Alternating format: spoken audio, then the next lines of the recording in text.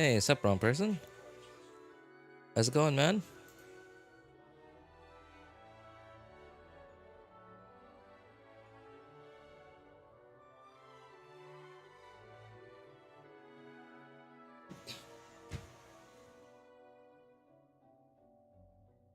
Hey, what's up, cat?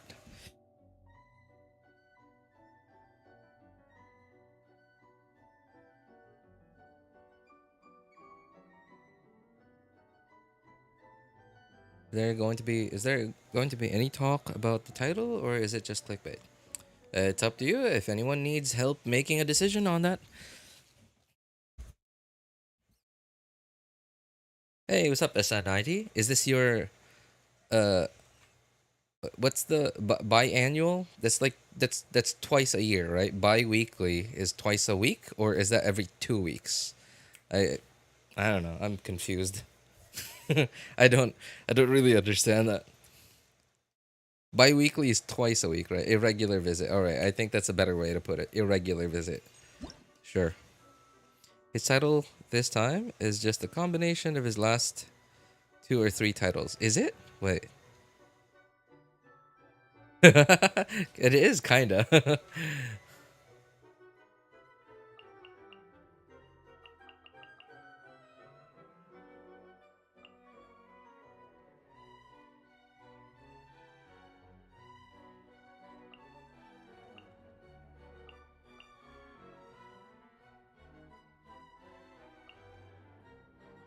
Hmm. Uh.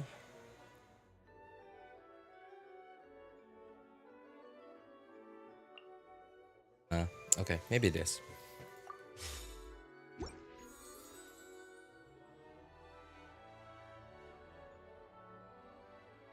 After not getting Qiqi, I think the banner is a scam. Sure.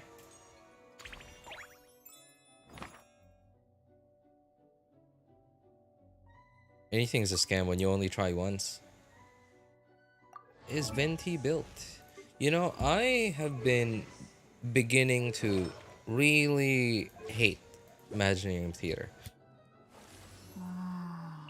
It just takes way too much time for how little we're getting in return.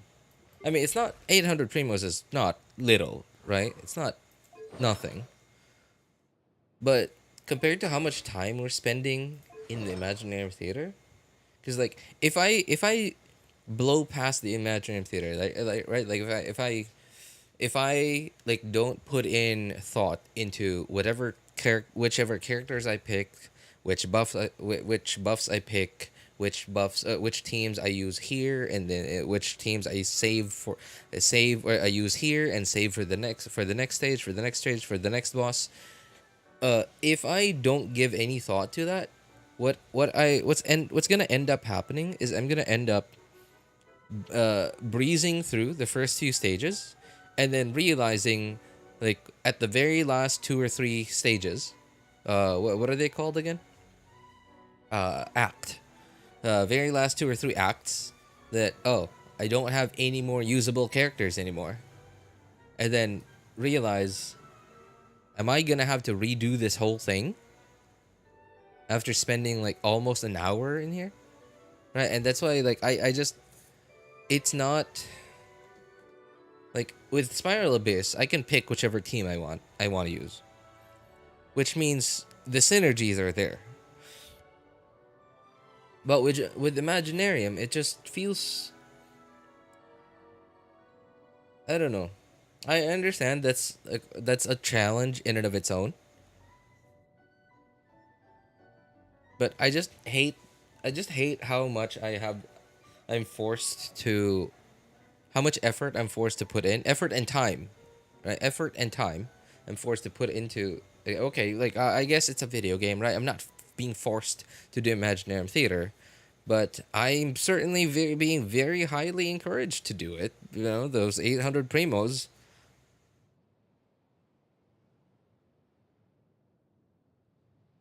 You didn't pull for anyone this banner, Ali? Why not?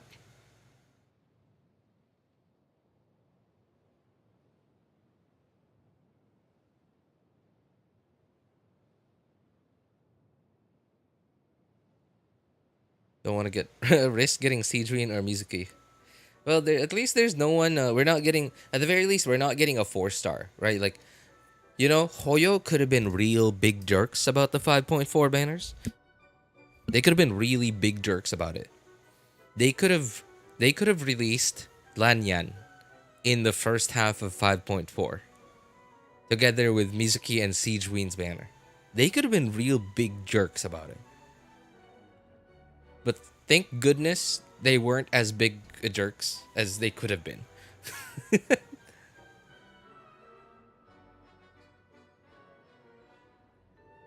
Another filler episode. Episode of what, SN?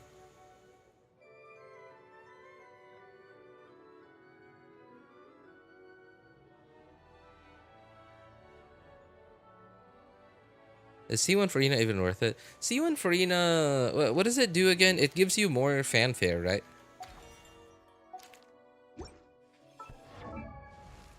It starts you off with higher fanfare or something? Gain. Okay, when you use the burst, yeah, instantly have 100 and the fanfare limit is increased by 100. Okay, okay. I think, man, is it worth it? The term worth it is very subjective on the person and the state of their account. The state of their account and their goals. Right? Like their long-term goals for their account. So, in a situation where you know that your account still has a few missing like key 5-stars, right? So such as like you don't have Kazuha yet, you don't have Nahida yet, you don't have shoot, who else? Who else? Yeah, you don't have characters like those yet. Especially if you hear some rumors that say that they're gonna be rerunning soon, ish. If you're in a situation like that, then no constellations of any 5-stars, regardless of who they are, uh, is definitely not worth it, quote unquote worth it. But okay, in my case, I sort of have most of the key 5-stars, right? Like not on this account, but on my main account. The only key 5-star that I'm missing on this account, really, at least like for me, right? For me and my preference of my gameplay preference is Mavuika and Citlali, and that's really it. I'm just missing those two. Hang on, I'm gonna go into the character archive for this one. Let me think. Yeah, so Mavuika, Citlali, and anyone else I'm forgetting?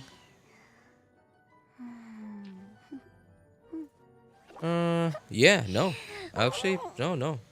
I sort of have everyone every one of the most like highly valued like 5-stars. Plus a bit more. So I like if I had Mavuika and Citlali on this account, me going for C1 Furina would be totally worth it. Because remember, C1 Furina does not just give me this. It also brings me one constellation closer to this. Right, so not only does it give me this, it brings me one constellation closer to this. And it's permanent. It's not, it's permanent, and like every time I use Furina, I'm gonna be able to take full advantage of this and this if I eventually get it. So yeah, really only if you're like mostly, if not completely contented with your lineup of characters already, then I think any 5-star constellations is worth it.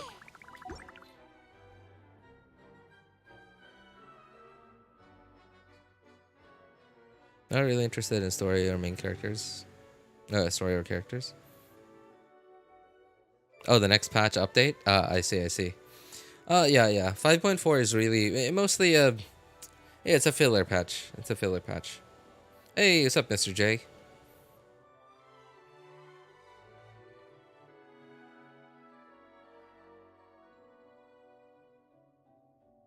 Can you open the Arlecchino banner for a minute? Just want to see it.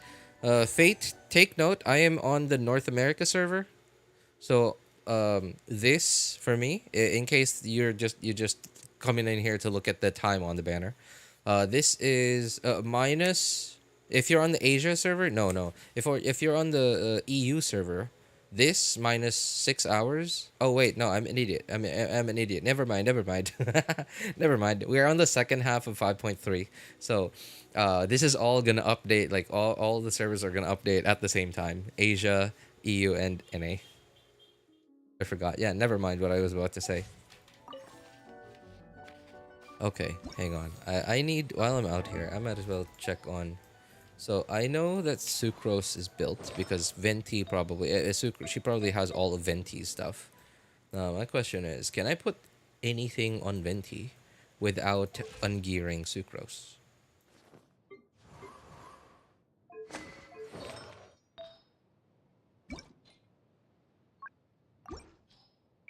I don't even care if he has EM at all. Just as long as he doesn't die in one hit. Hazel. Oh, right.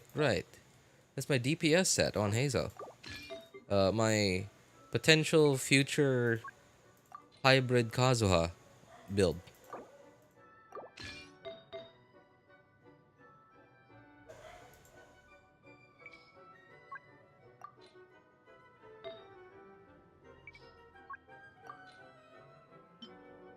Okay, I guess I'll put that on Venti.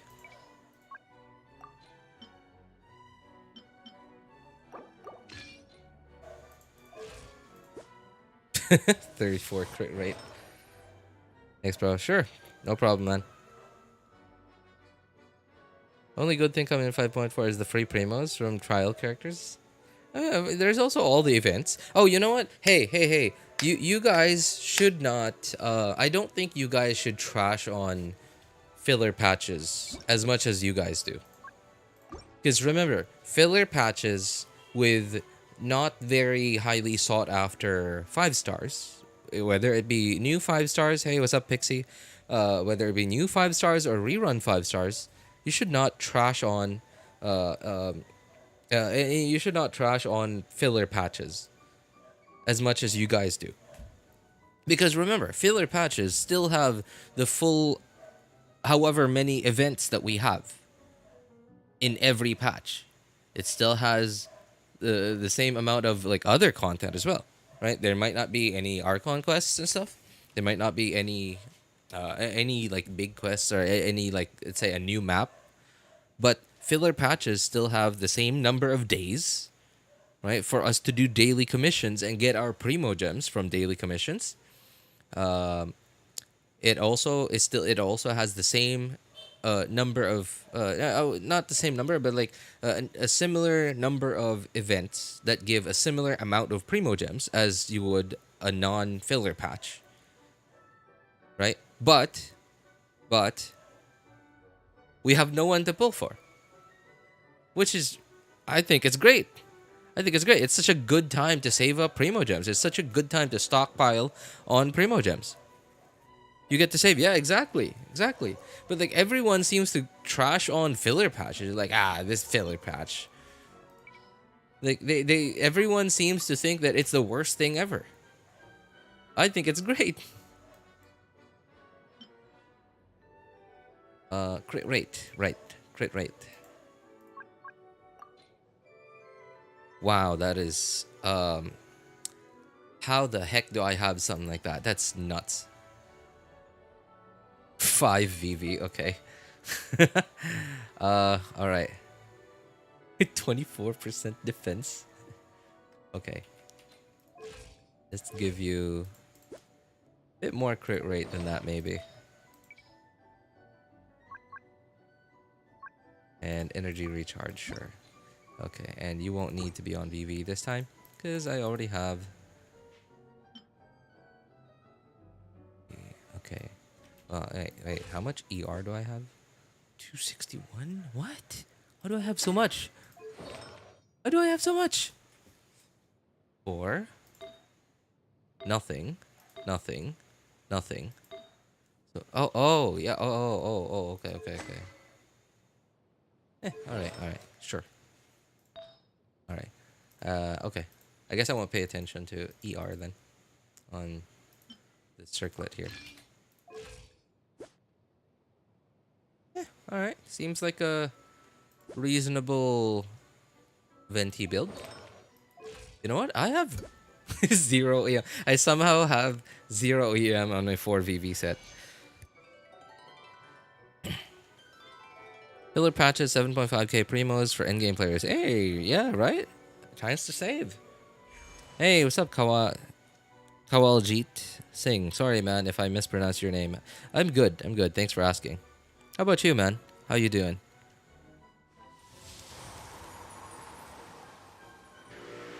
What do you mean save? We're getting a new character in Wriothesley first rerun? Well, for most people. Because remember, Wriothesley is... Wriothesley is very widely liked, but mostly towards the people that like him. In my opinion, Wriothesley, like, he's not bad, right? He's not a bad cryo DPS. In fact, I think Wriothesley has a higher DPS ceiling now than Ganyu does. Right? I think Wriothesley has a much higher DPS ceiling than Ganyu does.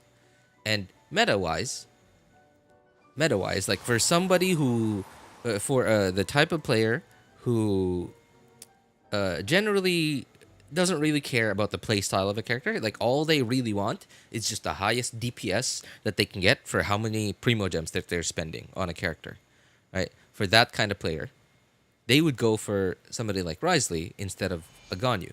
Because right now, like, Wriothesley is like the... Hang on. Ryo characters...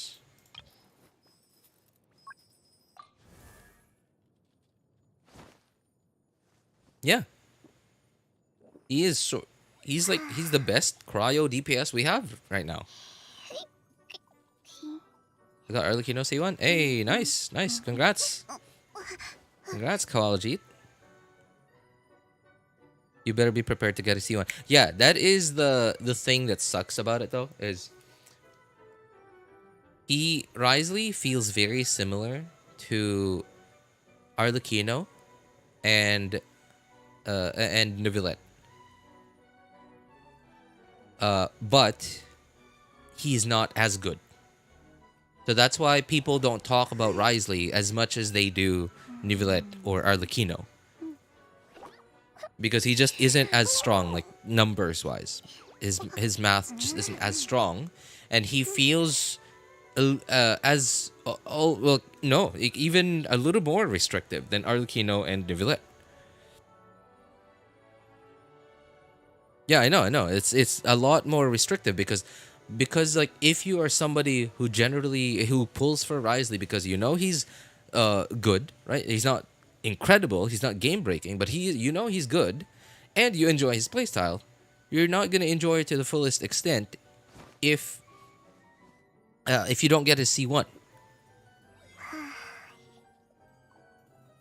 Another thing that I think a lot of people another thing that I think another reason why I think Wriothesley isn't as popular as he could be, right? Like, look at him. Right? He might actually, there might actually be some straight dudes out there who've been forced to admit that is one good-looking dude. Right? So he, like, aesthetically, he is like one of the characters who has, like, I guess, how do I put it? Who is like, he's one of the most attractive. What does he have? Sorry, I got distracted by the hair. They look like cat ears. He's one of the most aesthetically what's the word? Attractive characters we have in the game, and it's not even a lady. He's so sexy, right? Yeah, and like he's not even a female, right? So, if only they somehow didn't design him to be like, I don't think he's terrible to play at C0, but if they gave him just a little bit more numbers, just a little bit, just enough to be somewhere around like fourth or fifth place, in relation to Arlecchino and Nivelet and Mavuika, right? Like just somewhere around there. Still top tier numbers, right? And just slightly less annoying to play, right? Like a little bit less of a handicap without C1. I think Wriothesley might actually be one of the best characters in the game.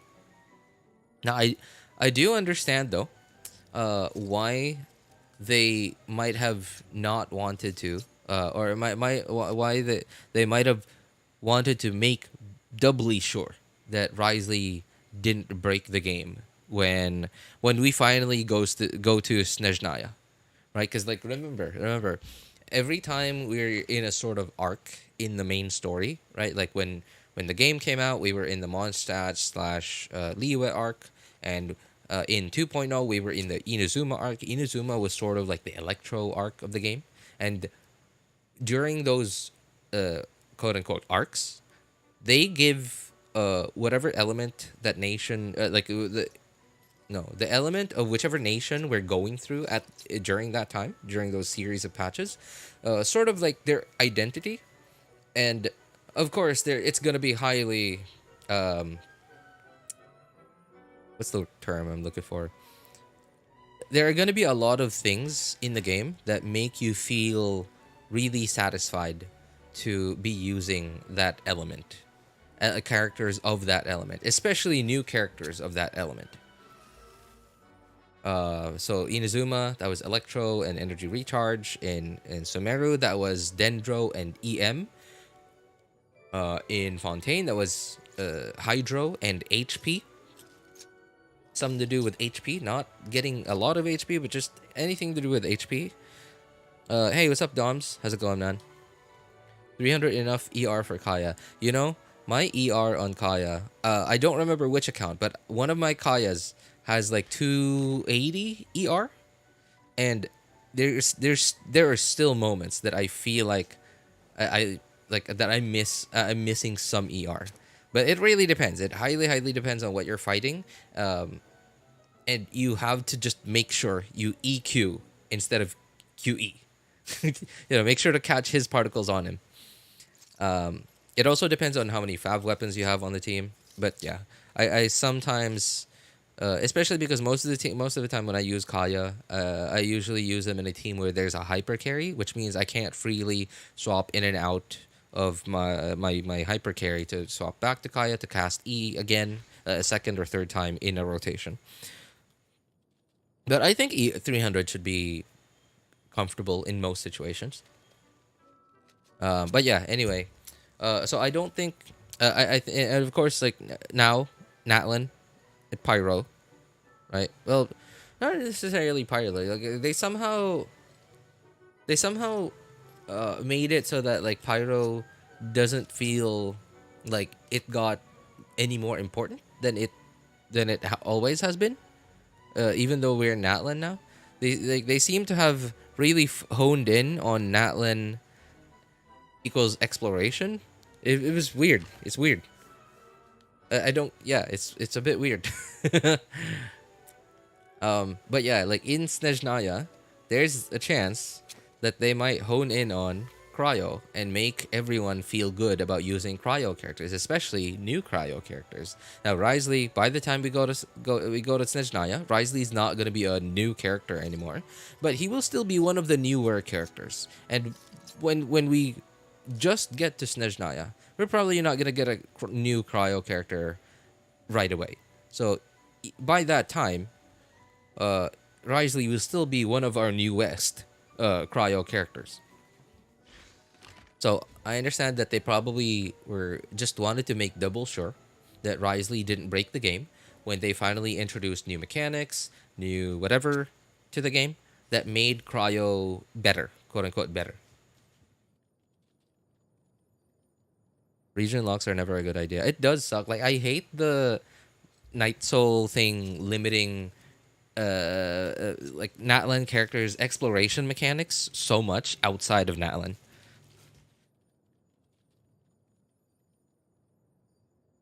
Percy. Oh, that's you, Percy? All right.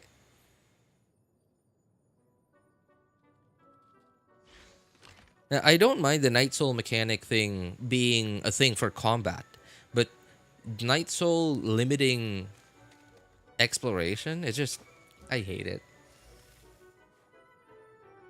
Because like Night Soul for combat only, for example, like if they didn't make Night Soul into anything for exploration at all, then it like we would just see it as just another combat mechanic, just something that we need to fulfill, right, during any kind of combat. That's what just Ochka Natlin and my entire Natlin is 100%. Hey, good on you, Ayato. I actually still have 2 more Ochka Natlins to explore. I've 100%ed I've 100%ed Ochka Natlin, the other 2 regions on my first account. Yeah, all of it's done on my first account. Oh, no. I have 3 Ochka Natlins to explore.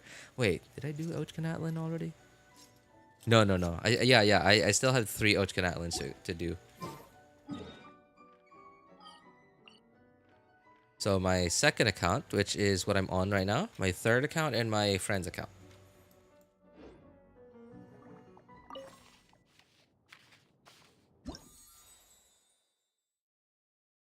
Finally got Arlie, but took 80 pity. Man, Doms, congrats, man. But it really doesn't feel good, right? It really doesn't feel good, doesn't it? I feel the same exact way as you, man. Yeah, I finally got my Arlecchino on all 3 accounts, but it wasn't sweet. It wasn't sweet. It was the most bitter 5-star. Well, one of the most bitter 5-stars I've gotten. Really good 5-star. Really strong character. I had pretty decent builds for her already. I didn't have to wait weeks to build her because I pre-farmed for her for like 2 months ago. But it really didn't feel sweet at all. It felt one of the more bitter 5-stars I've gotten. Hey, what's up, Bulbasaur? How's it going, man? Only 100% in one area and Natlin by accident.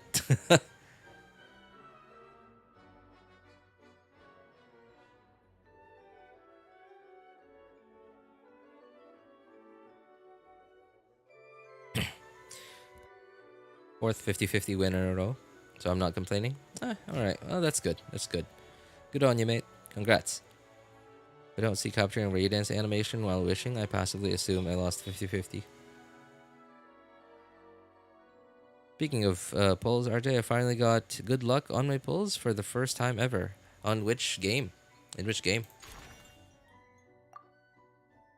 Okay, I think they're all built. Yeah. Wait. Yeah, sure. Okay. They're built.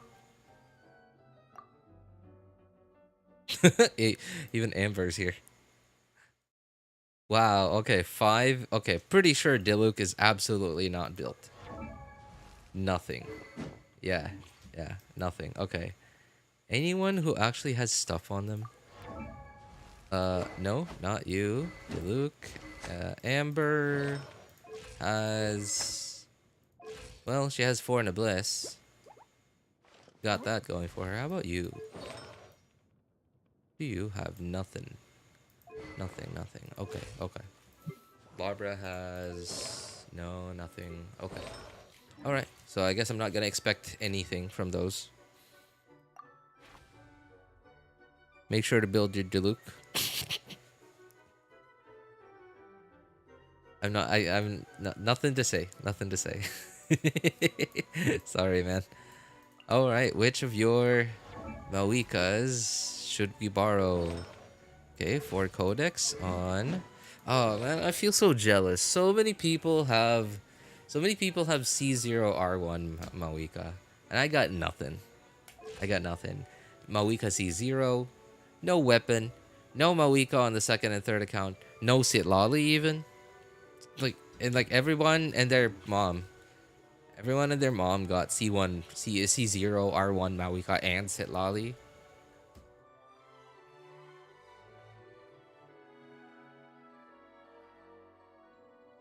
Not as high as I thought though still. Your Primo jump count? Oh, you probably did a bunch of wishing. there were quite a few hot banners back to back recently, so I wouldn't be surprised. Okay, so that was a decent Mavuika. How about this one? Wait, is that mine? That's mine. Okay. 47 to 24, and wow. Do I have better artifacts than this guy? Oh god. Oh my. Oh my eyes. Oh. Ugh.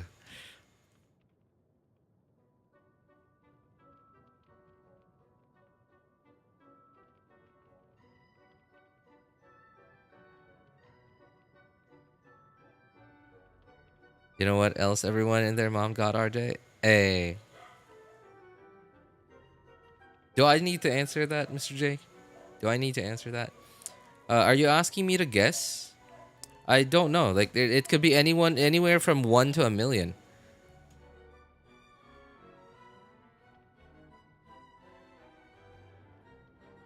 Impressive. 1315 EM. It's not. It's not. So it's not HP, huh?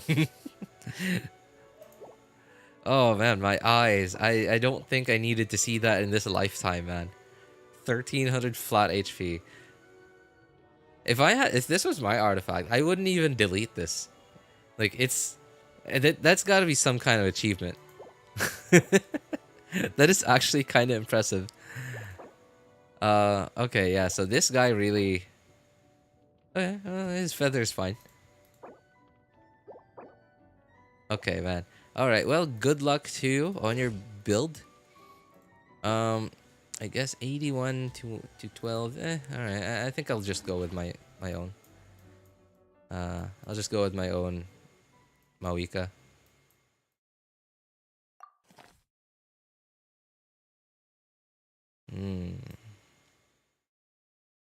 Am I missing anything else? Oh, right. Traveler. You still have the right gear.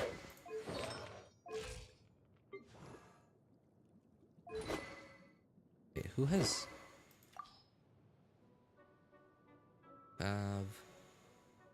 What is this thing? What the heck? Oh yeah, that's right. We got this thing for free.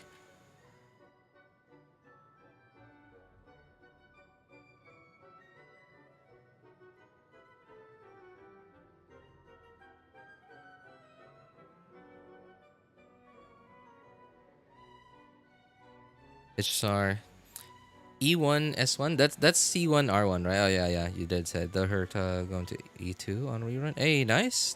Congrats on person.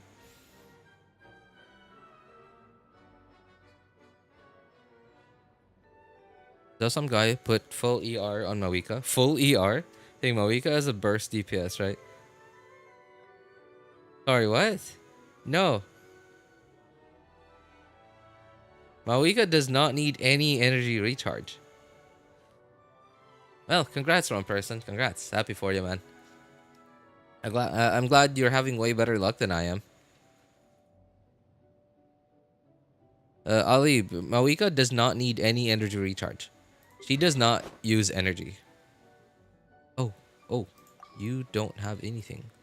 What gear? Okay, you have 4 VV, a good amount of ER, but are lacking a proper sword, which I don't have. Yeah, okay. I don't have a proper sword for you. Sorry, Gene.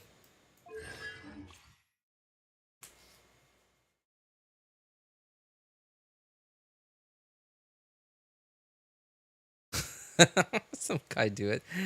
I want to, hey, you know what? I've thought about this. Like when they released Mavuika, like when they finally announced her kit, saying that her burst is gonna require, what is it called? Fighting spirit, right? Her burst was gonna require fighting spirit and not the usual energy recharge. Most people, now a lot of people did not like that. A lot of people did not like that.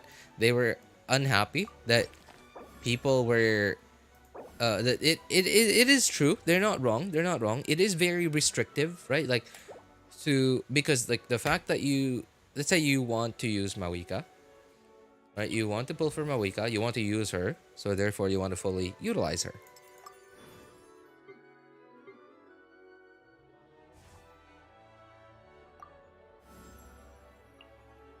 Right? You want to fully utilize Mavuika. Then you at that point you realize now you also need other Natlan characters, right? You need somebody like Zelonin, Citlali.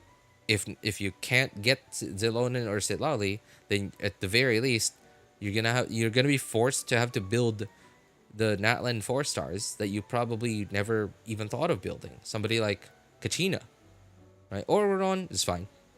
He's actually kind of decent if you have ever indulged in electro charge teams.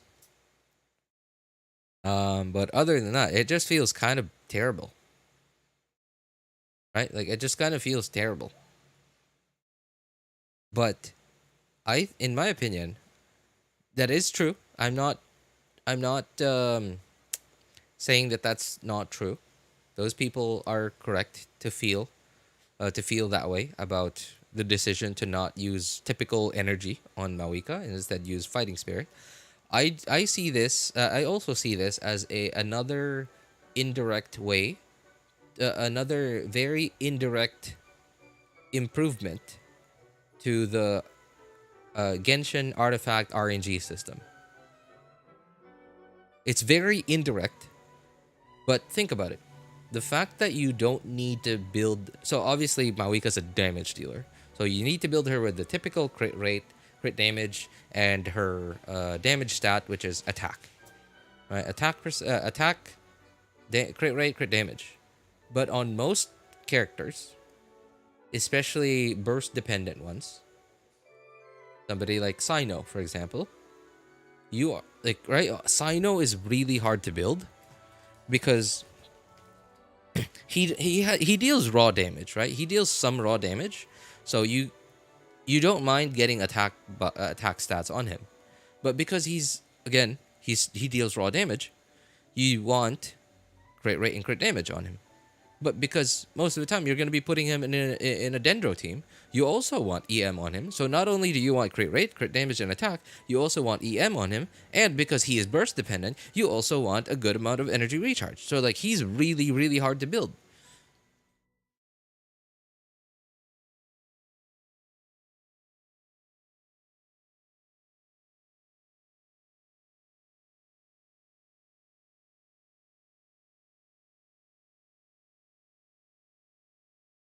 Just an excuse to make people pull for Zelona. Yeah, yeah, right. And again, I'm not disagreeing with that.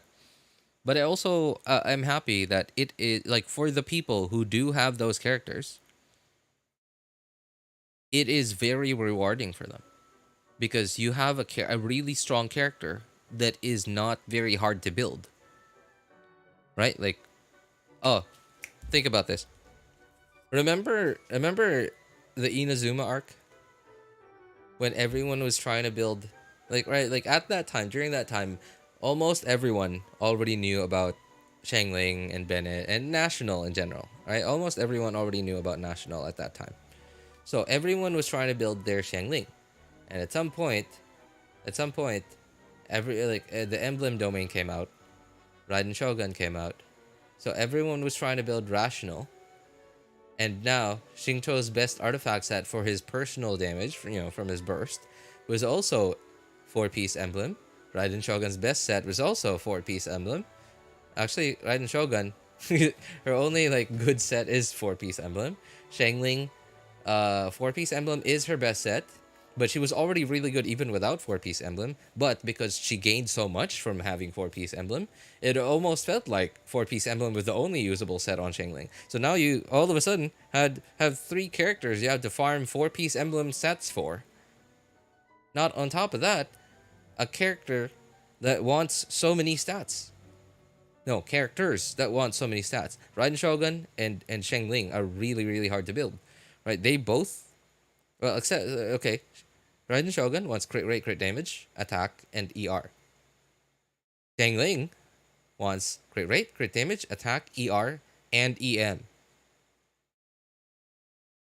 Now, you can look at it another way. It sort of makes them a little easier to build because they benefit from so many different stats. You could say that there is a higher chance. Companion events cost 10 fewer. Sure. Okay. Yes, that's right. You can look at it as it's the odds of you getting a usable stats on artifacts that you farm for are now higher because there are more stats that this character can benefit from. You can look at it that way too.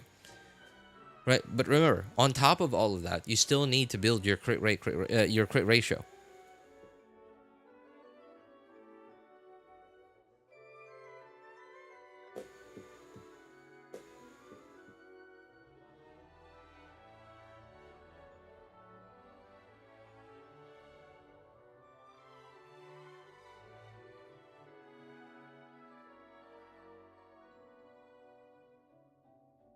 All rolls went to crit rate. That's not bad, Ollie. It's still usable. Just keep it, man. How much crit rate you got on it? After playing other Hoyo games, I could say the best thing about Genshin out of every Hoyo game is that you can have one off piece. Oh, really? Really? What's wrong with other games? I say some guy pulls up graphs, calculations showing characters that scale of many different stats are easier to build initially, but the speed quickly goes down and they are the hardest to build. Hang on. Characters that scale off many stats are easier to build. Yeah. That's true. Like initially, they're easier. It's easier to get them to the point where they become usable, but like when you're trying to min max them, like later on, it gets really hard because now you're trying to juggle so many different stats. Other Hoyo games want 4-piece plus 2-piece. Whoa, ooh, that's rough. That's rough, man. All right, which characters do I have here? Okay, we got Hu Tao.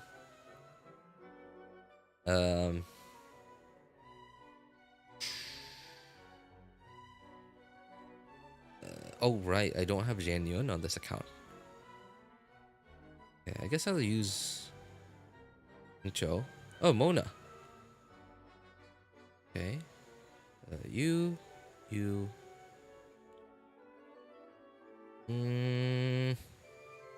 Are these guys crowd controllable? No, I don't think they're ventiable. Okay, so you. Yeah, we'll try it.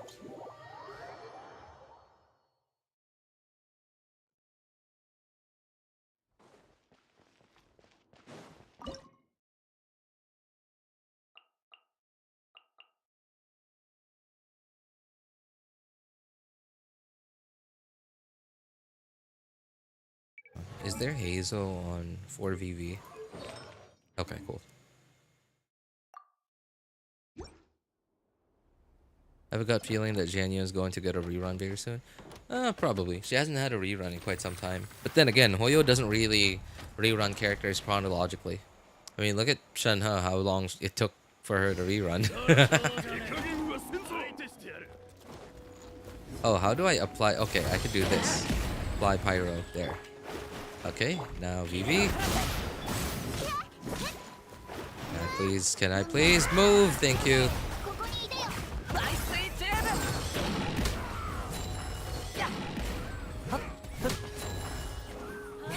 Oh, that sucks.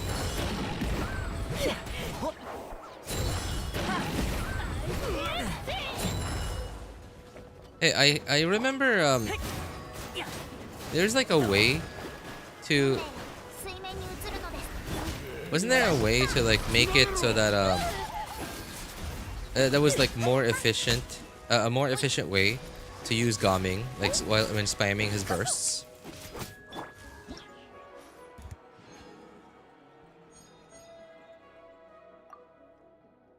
Did I say bursts? Spamming his plunges. Sorry.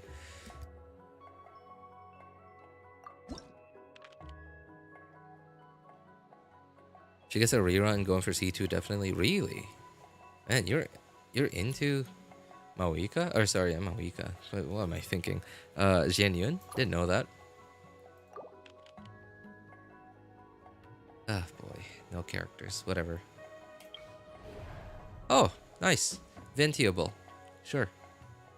Sure, we'll take that. Alright, so I guess we'll use Dia here.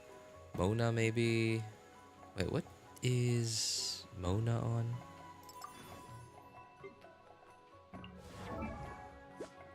Oh, cool. Damage dealer. Wait, 4 emblem? Okay. That's a real damage dealer there. Alright, sure. Plus a lot of squishy enemies as well. Who else? Maybe Hazo as well.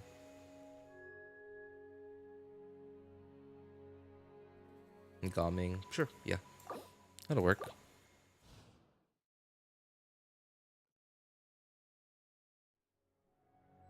As a Diluc main, Gaming is like a worm trying to invade my territory. Oh, man. Me too, Xianyun. Oh, you too, Pixie? Make sure cryo/hydra is applied first. You have to be patient and don't spam. Yeah. I remember, like, when you press E on him, you shouldn't, like, when you reach the peak of your, like, plunge height, you're not supposed to click immediately. Like, you're supposed to hang there for, like, a split second before dropping, before plunging. No, it's true. Also, never trust a ginger. What? Why are we suddenly... What does this have to do with the ginger?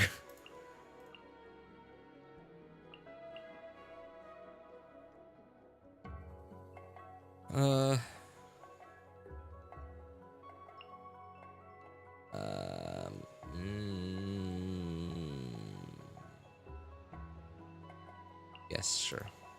Okay. Yeah. I think that's fine.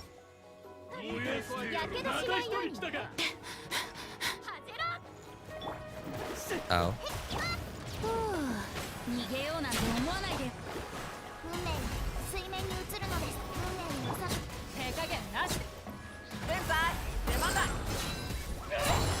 Oops.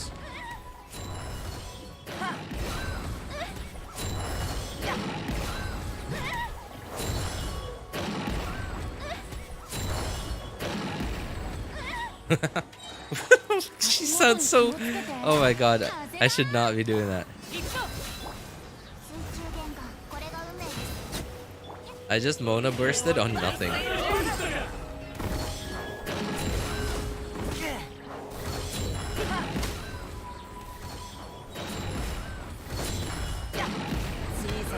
Wow, that was great. Just because I was holding off on my on plunging immediately, I was actually getting to plunge more often. Not more often, but like more frequently in the end. Wow, I can't believe how much of a difference that made. Never aim to plunge as fast as possible with Gumming. RJ's inability to read chat will never not be funny. Hey, I'm here to entertain. I'll be here all day, man.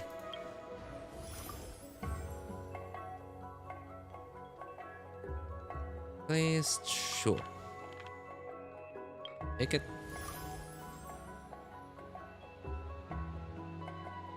We may reset the selectable characters one time by choosing alternate cast members to join principal cast after completing an event.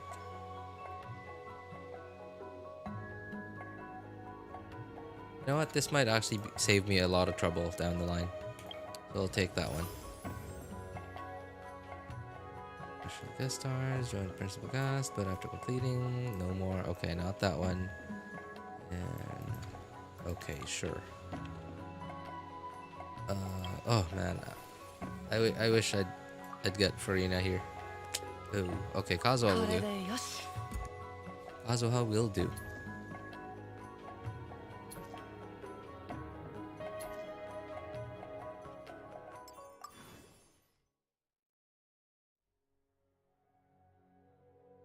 I don't have any more Hydro characters. Oh, oh God! Oh, thank goodness. That was. Oh man, that was a lifesaver. Okay. I'm gonna get as many characters as I can early on, so I have more choices for team building.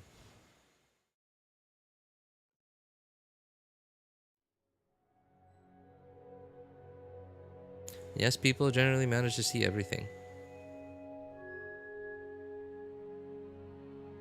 Aim to melt slash vape every single plunge. Yeah, 400% is crazy scaling, to be honest. What does Keq mean? Keq is like a haha. It comes from, so just look up Keq W. Kekw. Just get on Google, look it up. Look it up. You'll find out what we mean.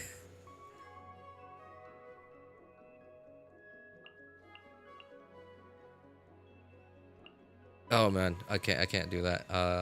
Has to be this. All right, great. 7 watching and 3 likes. Like the jam stream people. Hey, thanks. Appreciate it, Mr. J. 5 now, 6 now. Hey, wow. Hey. Wow, thank you guys. Thank you so much.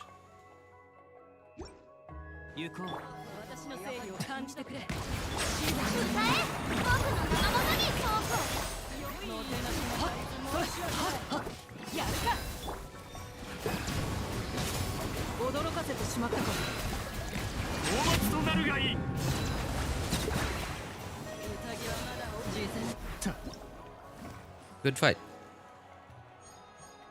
That was a good fight. You guys are really strong warriors. We totally did not have a very one-sided fight.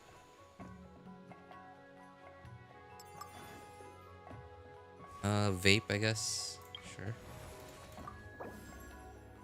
Oh wait, am I still looking to get? Okay, yeah, there's still a bunch of you guys that I would prefer to get. So I guess I'll save my Fantasia flowers, I guess is what they're called.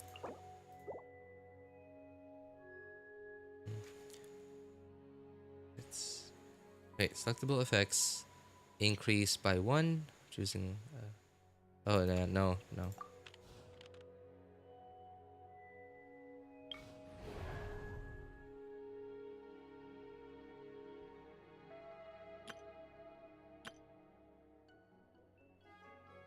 Oh, this is a defense thing. Ooh. Okay. Who can I use here?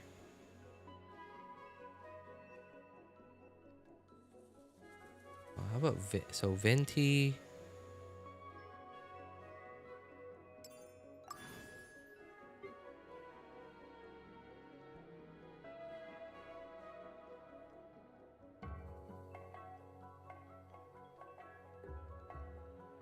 Okay, I guess National would be good for this. But I'm using Venti. Yeah, Venti instead. Whose account is he? RJ the Bully. Whose account is he doing theater on now? This is my second account, Poposaur. Second account. I've always said kick without knowing what it meant. What?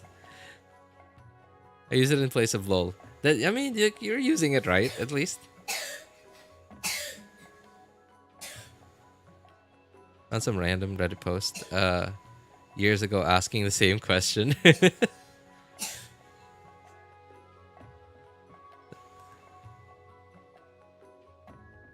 They say Kick W is just the Korean version of LOL. No. Oh, I remember in 2014. Yeah. 2014. I was still working and living in Manila at the time, but I was frequently visiting my cousins. I was frequently visiting my aunt's house, And my cousins at the time played a lot of Dota 2. And so I also played a lot of Dota 2 with them. And we all very often ended up getting to play with people from India. And apparently, I don't know how common this is, but at least in Dota 2, apparently like the way they say ha ha ha ha ha is WK like a wuck, something like that. I don't know how to pronounce that.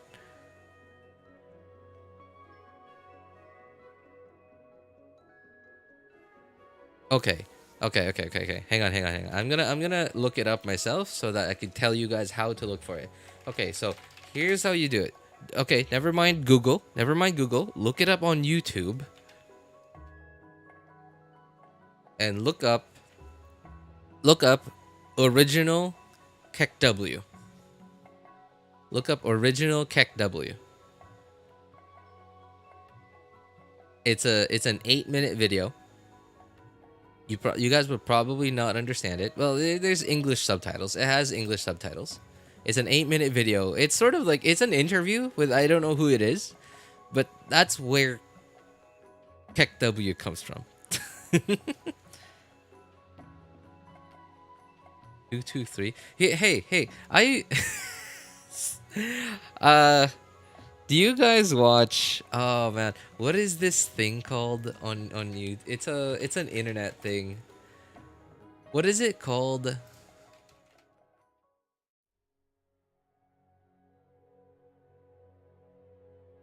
Abridged. There you go. I looked it up. Abridged. So if you guys don't know what abridged is,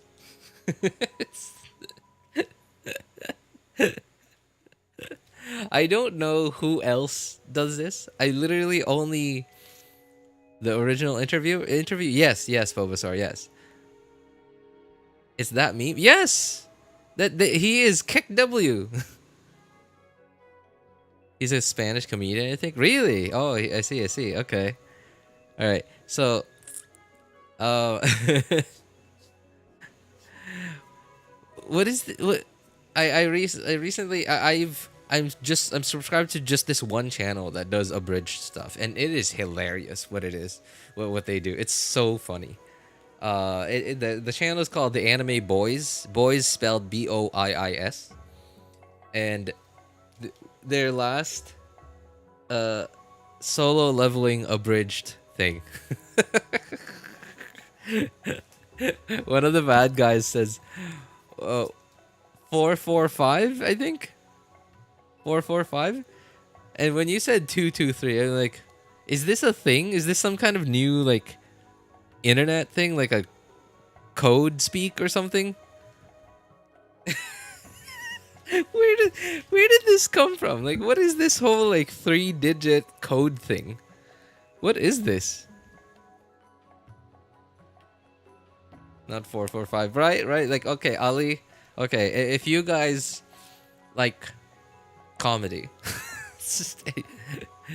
I highly recommend you go watch some abridged stuff. I don't know who else does good abridged stuff, but I highly recommend this channel called The Anime Boys. B-O, again, boys spelled OIIS. It is hilarious. It's like my favorite of their series is the solo leveling abridged. It's so hilarious.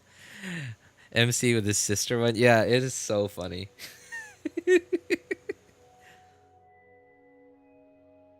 The last one.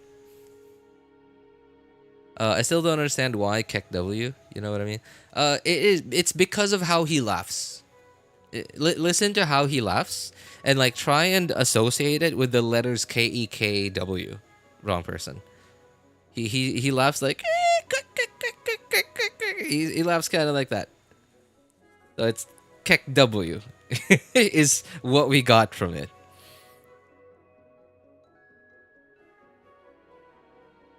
I'm almost near soft pity. Want Arlecchino C1 so bad. I'm on 50-50. Oh no, man. This match, I'm gonna save for C6 R5 Columbina. C6 R5 Columbina. Dude, you're all in, huh?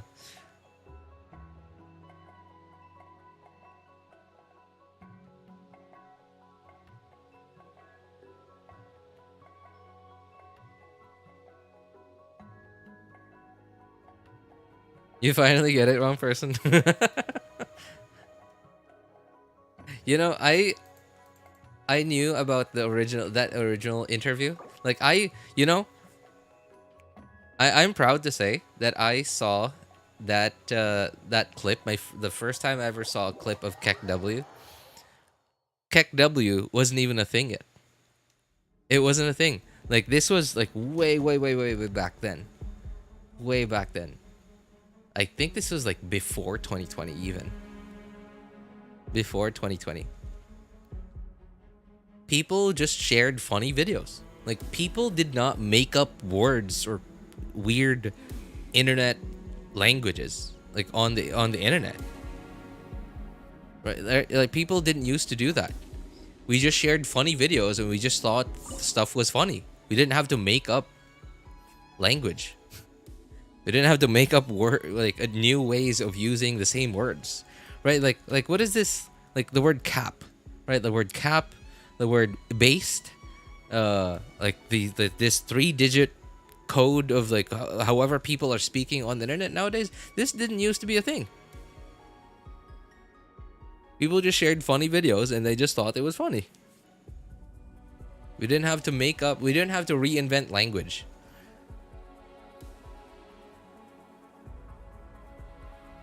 Are they talking like he is some ancient ancestors in the modern era? It really does feel like that, man. I feel that way. Listening to all these youngins speak in these weird ways, like speaking English in a way that I did not grow up to learn for it to be spoken in.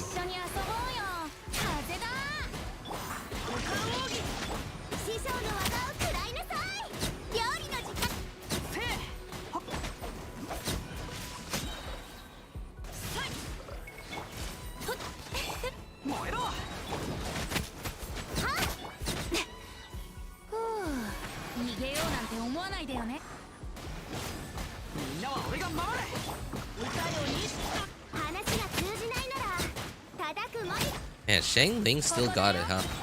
53k vapes on that Pyronado.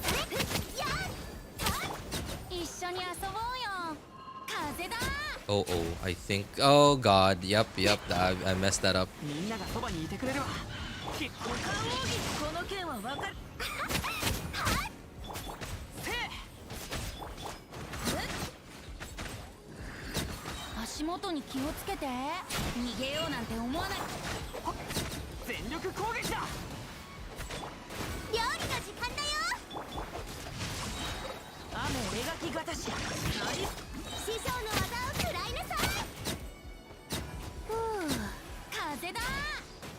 You're getting real close to that 35% mark.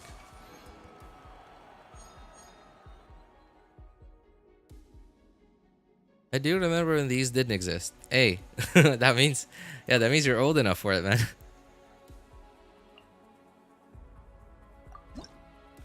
Alright, what's the yappuccino for tonight? Yappuccino for tonight. I just came from a chore. Oh man, I think most of my yapping is already finished for tonight. Yeah, I did yap a bunch earlier, but I think that was mostly it. No, no more alternate. Nope, definitely not that one. Just give me a random companion. I'll be happy with it.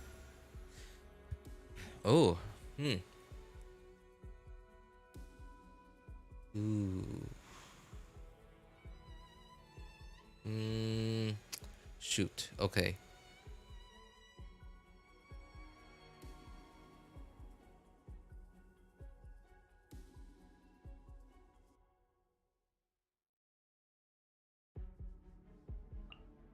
Okay. Yeah. Oh, another one. Nice. Oh man. Okay. Well, wait. Do we even have? No. I mean, she's not even usable without Chlorinde here. Okay. Chris? Come on. Come on, man. Okay. What garbage? Oh, and I can't even pick another one.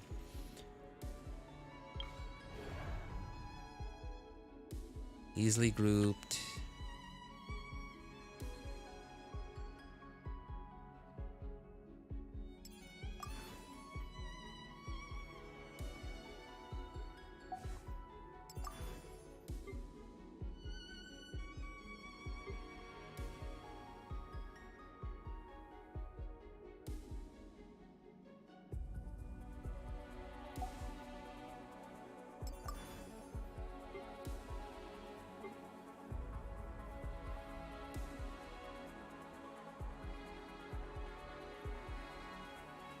Sorry, I'm trying to. I'm trying to separate these guys so that I don't end up feeling making it feel real cringe for me later on. 'Cause I'm definitely gonna want to keep Xingqiu and Yelan for this boss later on.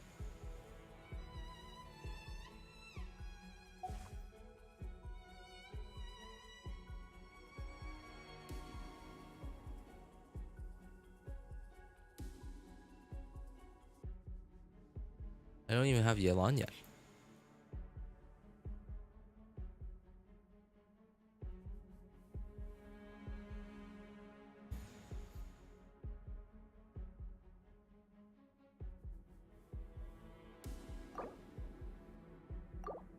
See, this is why I hate Imaginarium so much. Thinking up of teams and like trying to optimize like my team selection for each act takes way longer than the actual fight. I hate it so much.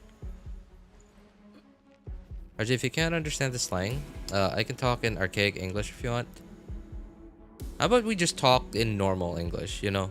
Appropriate for the 21st century.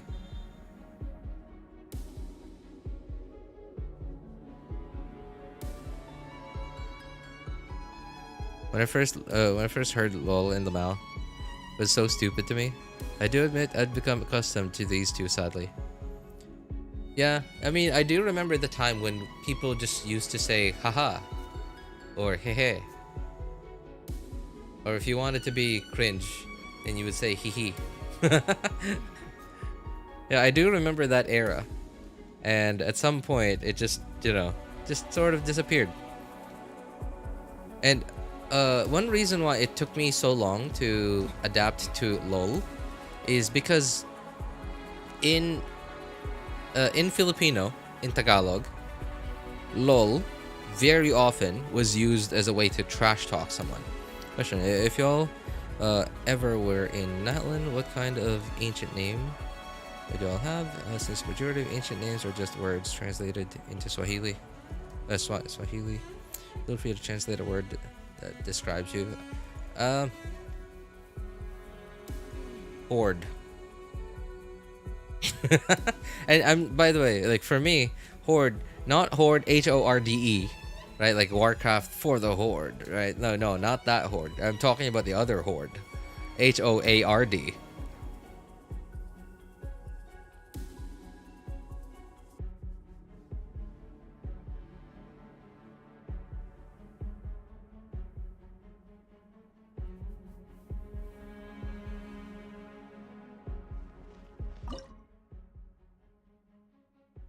Man, I don't even know what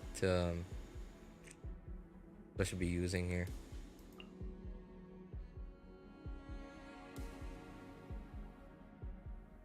I guess I still do have Arlecchino later on, like when I finally get her. I don't know if Mono Pyro Hu Tao just relying on 4VV will be good enough for this.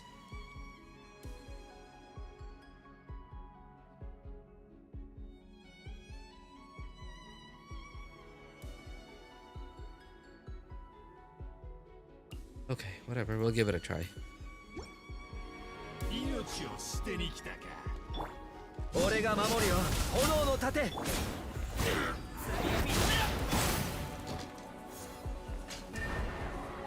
I can't lift them. I'm supposed to be level 90, aren't I? Oh, at the very least, like this, I'm on the second account, and my second account, Hu Tao, doesn't have any EM. Like, all her stats are just...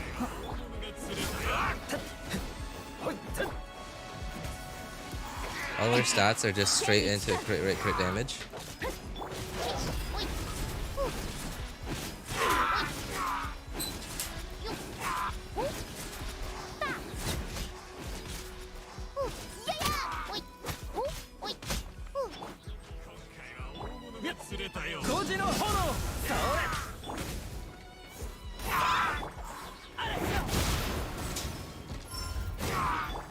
Oh god, I'm supposed to beat 18 opponents?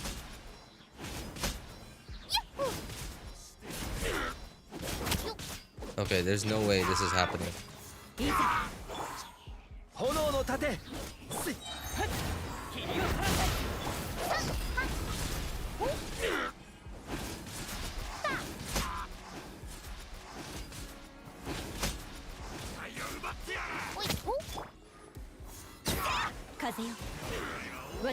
Oh, I just realized I keep healing Hu Tao by pressing Q on Jean. I'm losing out on 33 pyro damage. Oh, I somehow got to 15. Alright, I'll take it.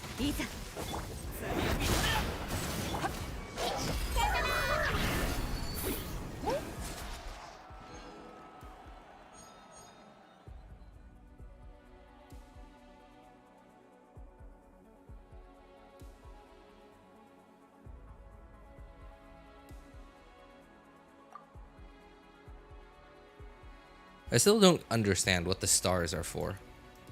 They still don't do anything.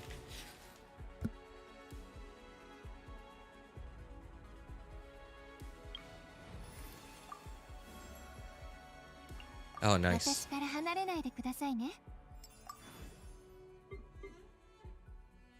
Okay. Oh, we just need Yelan.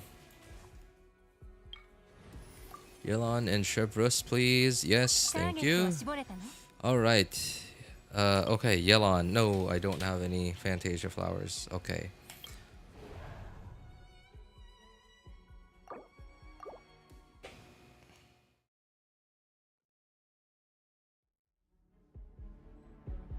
In darkest day and brightest night, I'm outcasted from all the Natlan's tribes. As long as I live my life, I will have my own light. Mantra thing I made while cleaning. Wow. Hey. Good to see you again, Ali. I totally didn't see you just a few minutes ago on another account.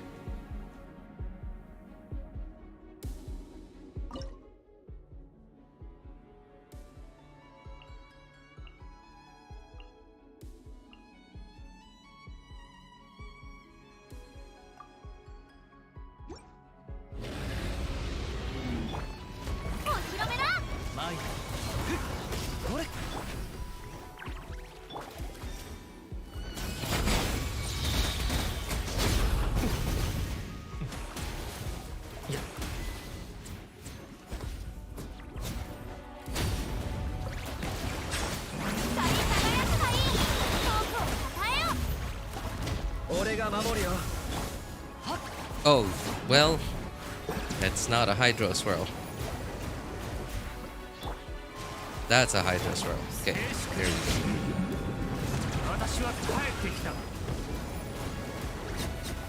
Oh, good fight.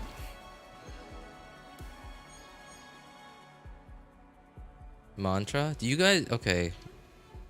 Mantra is no better time to start work than later. Alright, alright. I gotta hand that to you. That one's pretty good. Alright, I don't think I need any more characters. Oh no, I still do need Chevreuse. So I could use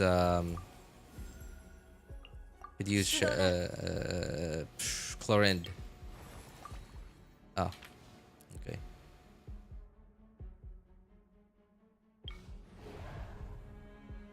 Oh. Ooh, okay. Wait. Can I put together a full pyro team for this? Oh, I can. Alright, very nice. Electro. Sure.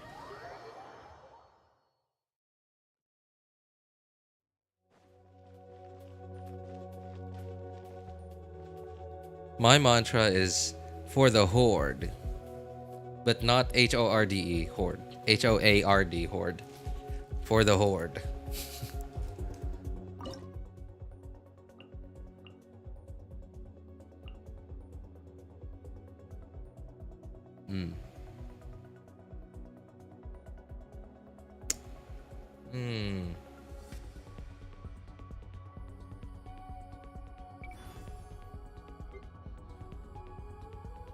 I sort of underestimated how many of these, how many characters I need for a team. Ooh, okay. Yikes. Hang on. Let me think.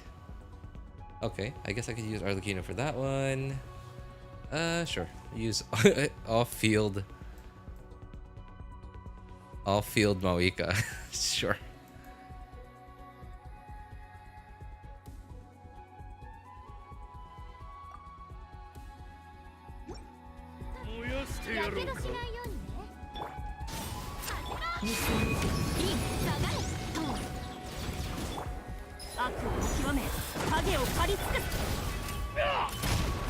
I missed.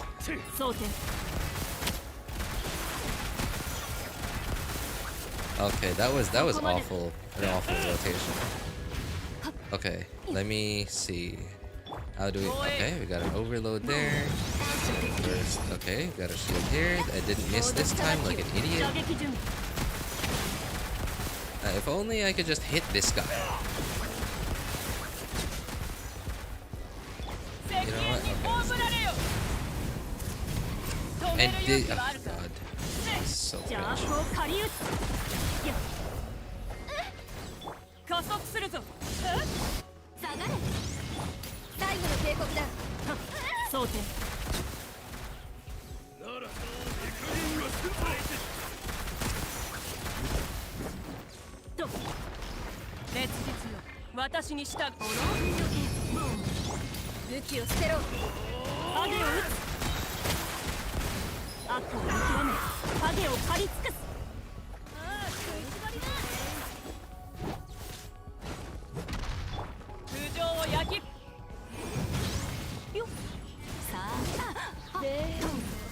Oh god, this is so cringe.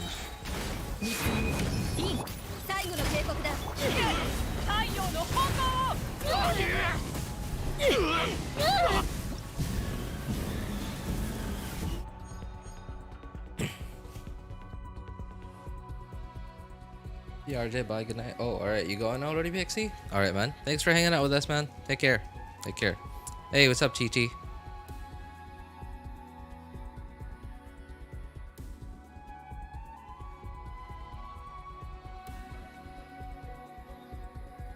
Okay, RJ, the Keqing goes. What is that? Hey, what's up, Luap? How's it going, man? Yeah, but exams? Oh, okay. Hey, good luck to you, man.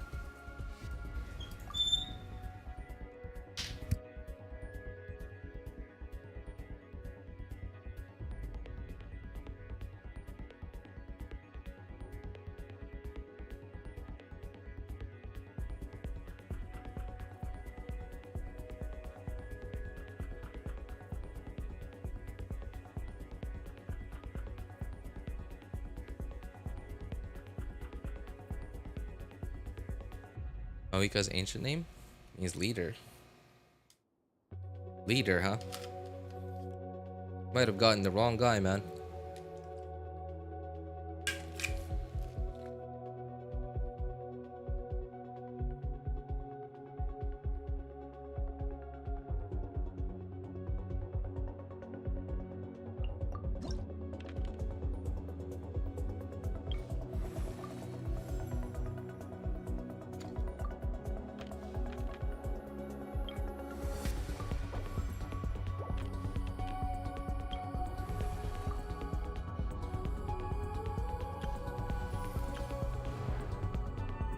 Oh, there's the boss.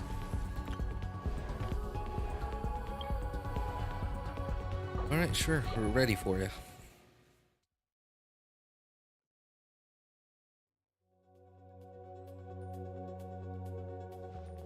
We'll go hit the hay now. Good night. Alright. Hey, take care, man.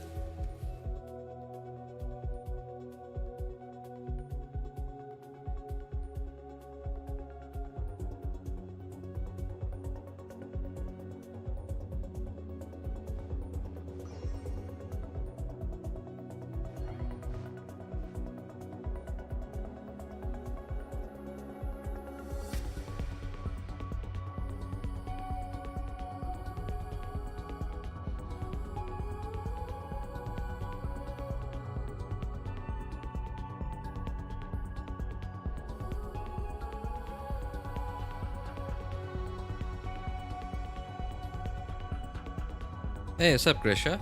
How's it going? In fact, I learned the idiom hit the hay from Gaming's Goodnight voice line. Really? Okay, interesting. You got it from a video game. Alright. That's fascinating.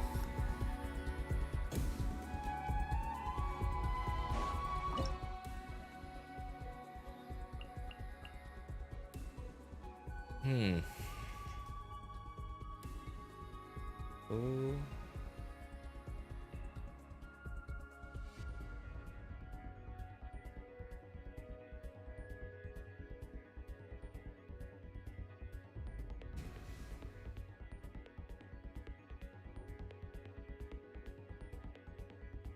Should I use a VV character here? Yeah, I guess I should. Oops.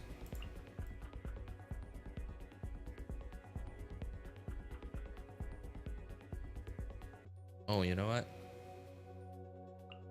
I'm gonna go with you.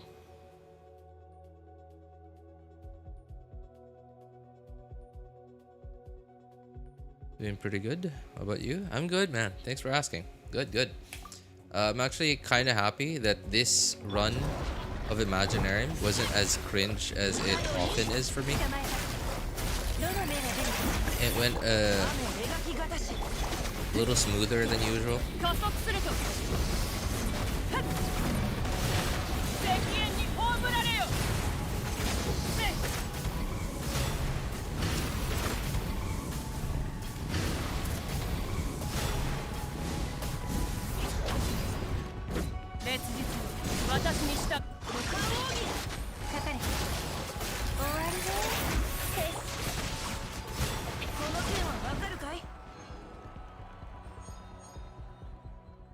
Proof that Genshin is educational. Educational, huh? I don't know if I would use that word. I mean, it's not that, you know, it's not that you're never gonna learn things from a video game. It's just referring to a video game as educational. Well, not, you know, there really are educational video games out there, but a video game like this, I don't know.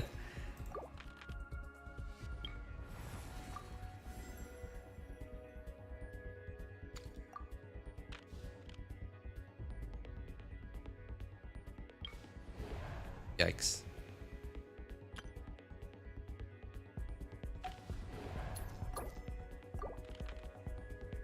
Oh my god. Oh, one more refresh. Oh, thank goodness. Alright. Man, that was annoying.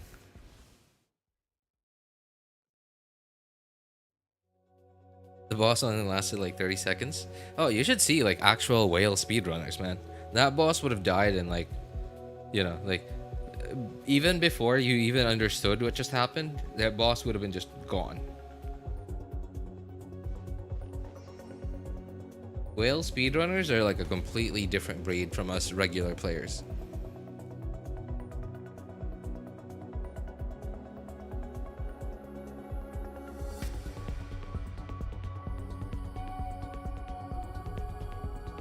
I learned Shenhe got nerfed. I'm gonna use this anytime my friend says I play too much games. I'm gonna hit the hay. Did you know, RJ, every 24 hours in Africa, a day passes?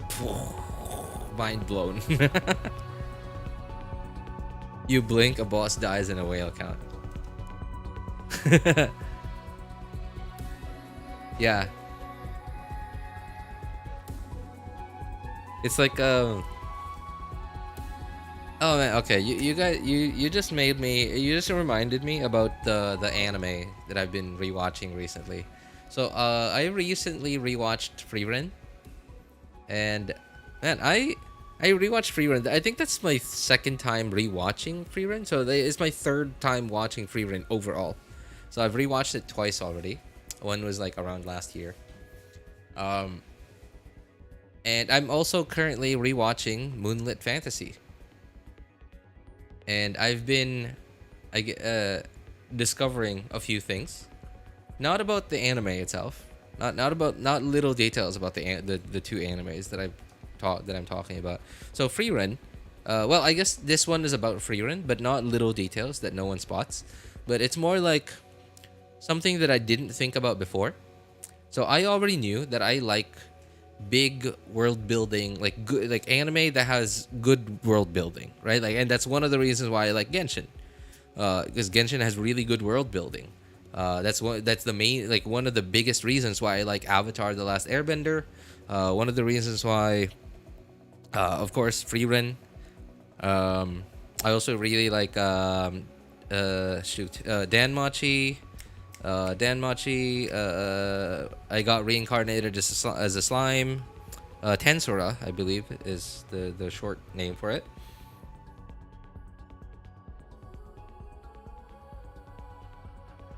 Yeah, and that's why I like the pieces of media that I just mentioned. For me, I think they have good world building, and something that Freerun made me think about, that I've often been anxious about, but have never really thought about. And I also, like, recently this year, no, not this year, late 2024, I experienced one of these scenarios that I am anxious about. So Freerun's like 1,000-year-old mage, right? And there are so many things that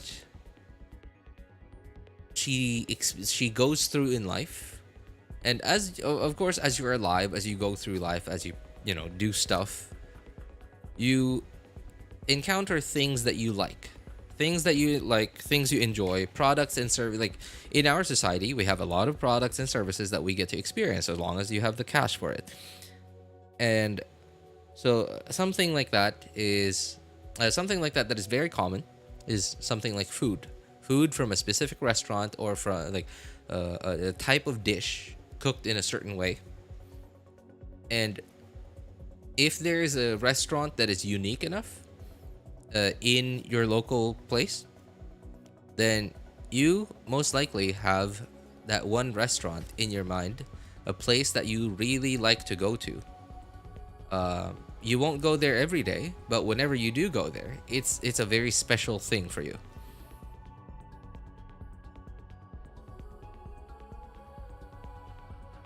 And imagine, like, so in Freerun, there's this one episode where they go to this restaurant that they went to 80 years before when the story is happening, and they had like basically the same food. And that reminded me of what happened late 2024. In late 2024, we finally got a KFC here in the city that I live in. And that was the first time that we ever got a KFC here in the city that I live in. And the last time I been to KFC, I can't even remember. It's been so long.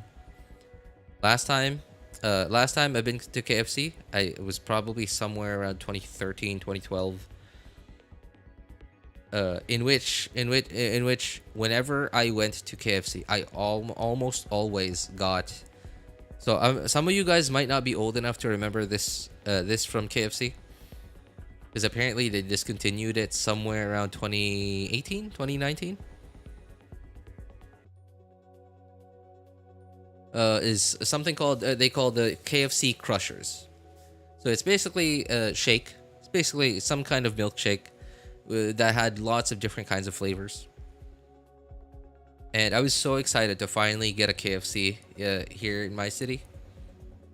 And when I asked about it, when I finally was in front of the line, I asked. I was like, while I was in line, I was looking at the menu. I was like, Crushers used to be.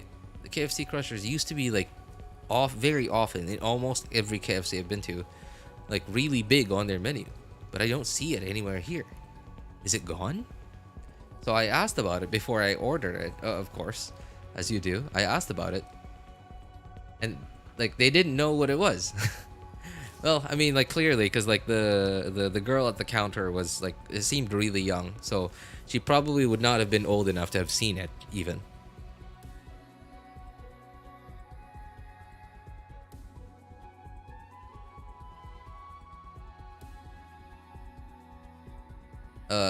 Yeah, and so that was and like for the longest time I was convinced, like 100% convinced that everyone liked KFC Crushers.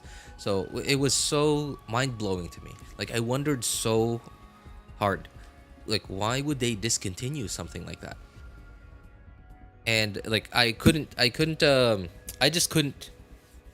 I just couldn't drop it. So when I got back home that day, I just went straight to Google, looked up like what happened to KFC Crushers, and apparently it's been discontinued worldwide. It's gone, like somewhere around 2018, 2017, and it blew my mind. It just blew my mind, and even, like no one on the internet seems to know like why. It's just they just announced that it would be getting discontinued, and it's just gone. Listening to you is making me crave a sweet drink, right? I mean, like, me too. I love the sweet drink, but I was just so disappointed to find out that a drink that I used to enjoy so much, and not just me. In fact, like there's like a petition on, what is it called? What's that like really well known website, like petition.org or something like that. I don't know. There's like a petition online, uh, to petition for KFC to bring it back. No, it's not, obviously it's not like a world changing thing, so like not a lot of people signed the petition.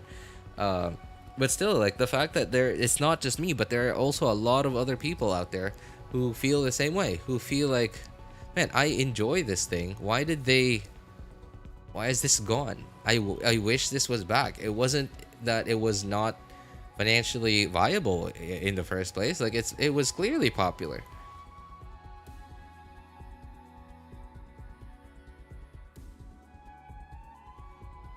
And rewatching Frieren and seeing her go to that restaurant, that same restaurant that they went to 80 years in the past, made me realize, well, obviously, change is something that will never stop, right? Like there's the saying that goes, nothing in this world is constant except change. Right? And like obviously I've known about that for a really long time, but finally getting to see it from a third person perspective, obviously free run, fictional character, fictional setting, but from a third person perspective, and getting to experience it from a first person perspective as well, getting to experience like such big change. And obviously I go undergo through change, like, you know a lot as well.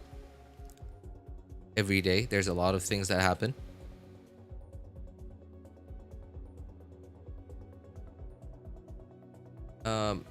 Yeah, just those little things, not the things that you enjoy today, you enjoyed yesterday, and that you are going to continue to enjoy for a really long time, will not always be there forever. One day, when you get to 30, 35, 40, even 50, 70 years old, one day McDonald's might not exist anymore. One day I might not have the option to buy one of their cheeseburgers anymore.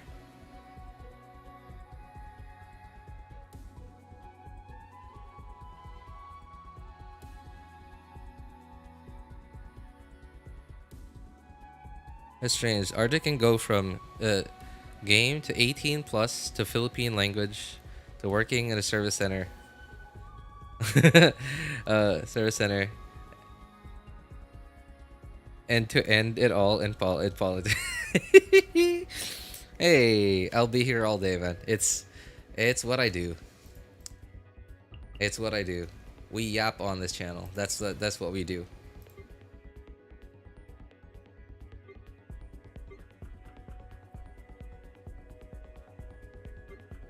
Which fight is this again? Oh, right, these guys. Okay.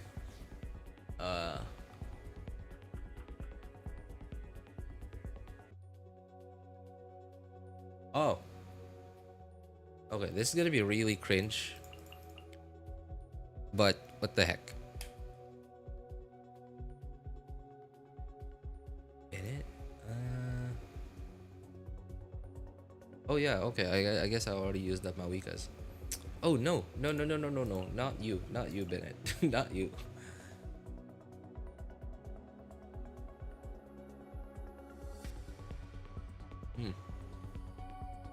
Well, I guess there's only one more after this. Okay, I guess I'll go with that. Sure.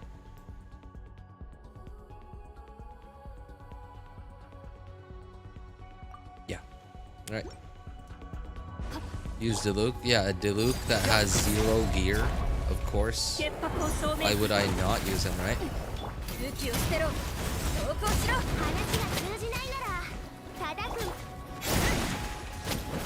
Okay, you are cringe. I'm gonna have to stop you from attacking me. Thank you.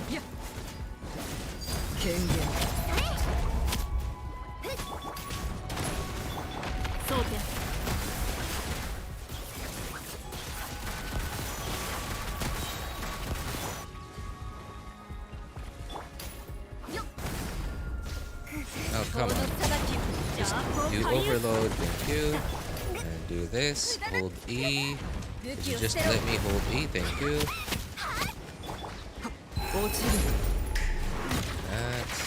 That, this. Just wait for that to cook. And okay. You know, I've forgotten how much I hate these Whopper flowers. I've completely forgotten how much I hate these Whopper flowers.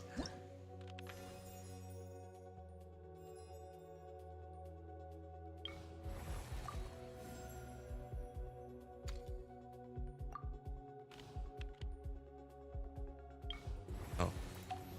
No more.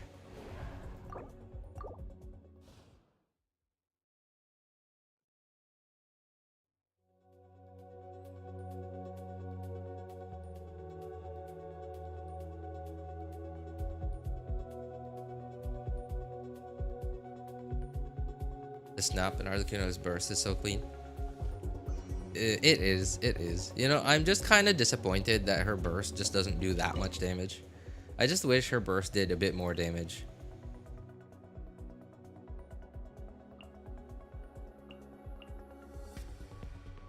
It's one of those things that just feels satisfying. Like that would feel satisfying if it did a big number at the end. You know, like Eula burst, right? Like Eula's burst feels really satisfying to play.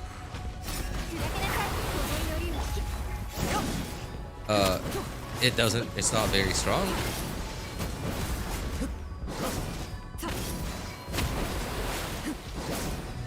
But it does feel satisfying because of its animation. And I especially like that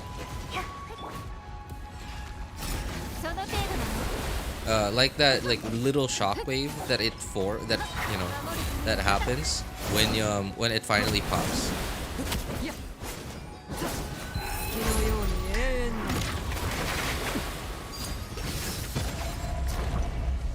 Uh-oh. None of the enemies got hit. Wait, what? That can happen? Oh my god, this is... None of the enemies got hit with Arlecchino's E.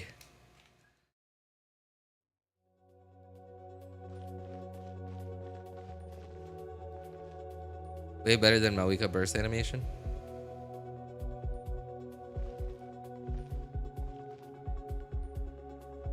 Well, I think Mavuika's burst animation feels satisfying. Although it probably wouldn't be as satisfying to watch if Mavuika just didn't do good damage, you know? Like imagine if Mavuika didn't do a good amount of damage.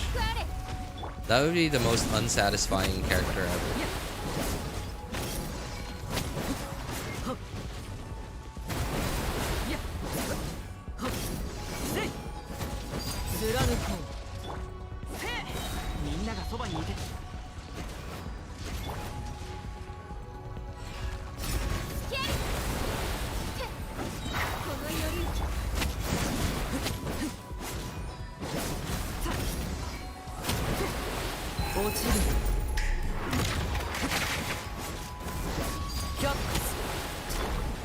Okay, finally got something with the E.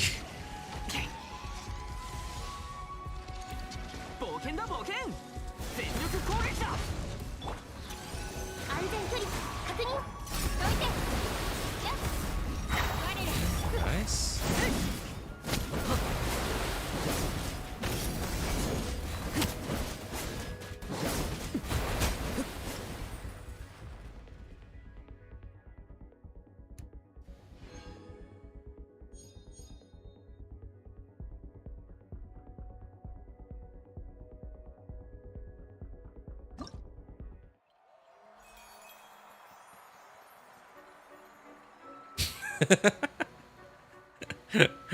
Mavuika Burst animation is just zooming into her assets and watching it jiggle for a second. What?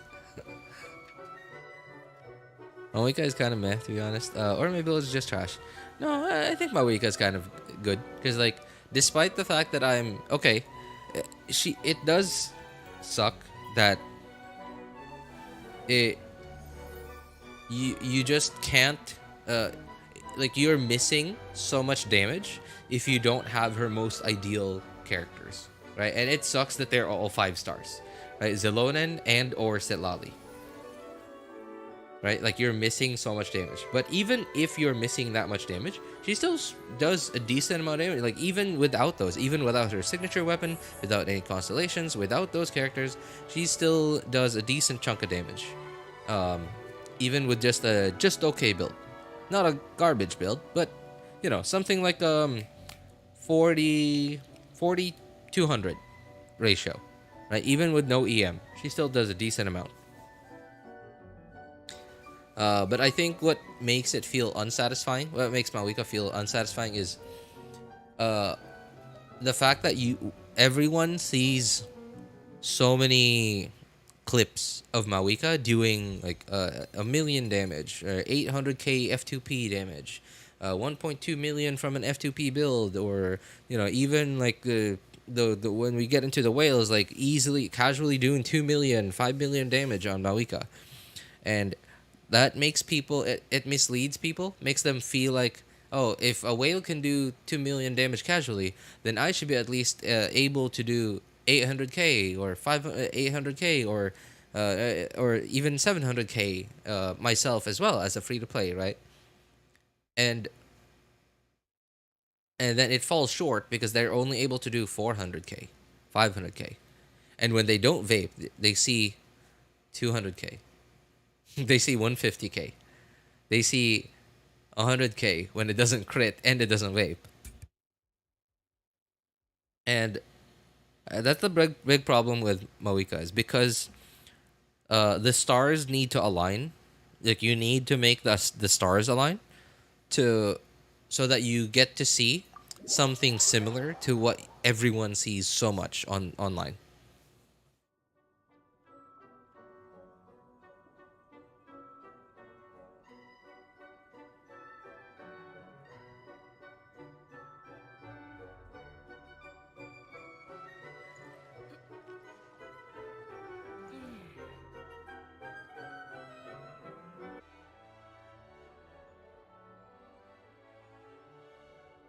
Oh god, that was...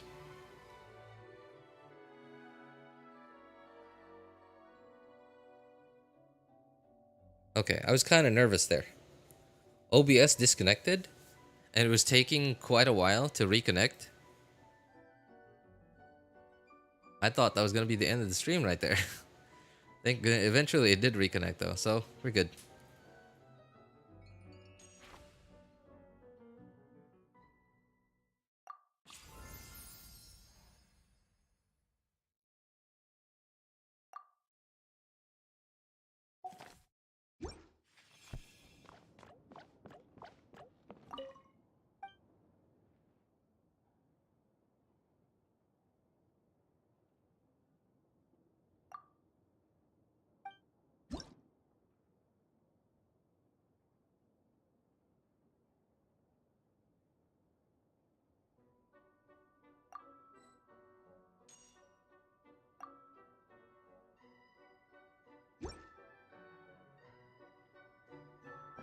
Charlotte needs HP, right? Charlotte healing scales off of attack.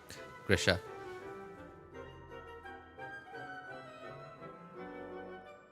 You still haven't looked in the audio options of OBS, have you? I have. I have. The option to make it so that OBS only takes a specific program audio just isn't in default OBS. It's I have to install a plugin for it.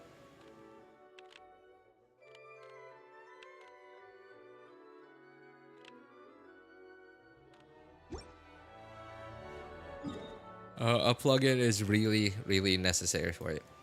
It's not just in default OBS. What plugin? I don't know. I didn't bother looking it up. I just I kept looking up like ways to do it.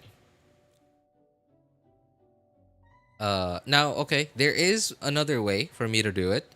It's probably I'm gonna have to probably make it go through voice meter, right? Which is sort of like a digital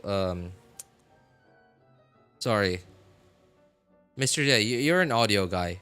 What kind of software is voice meter?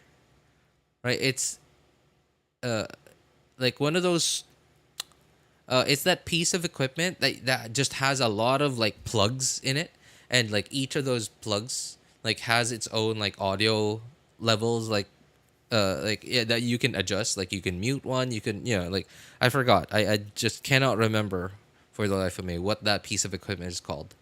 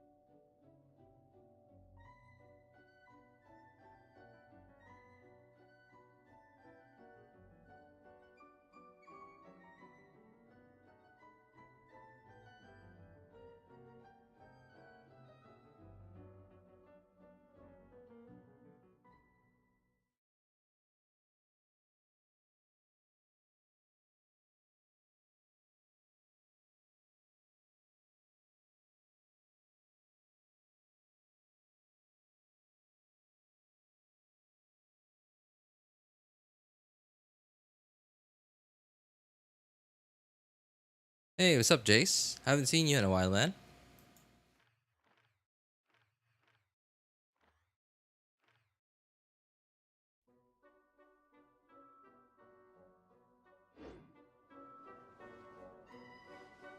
Hmm.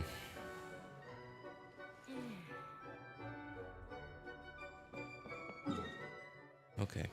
I guess I have time for another Imaginarium run. I definitely will not have time to. I definitely don't have time today to do Ochkanatlan. But I'm pretty sure I have time to do another Imaginarium run.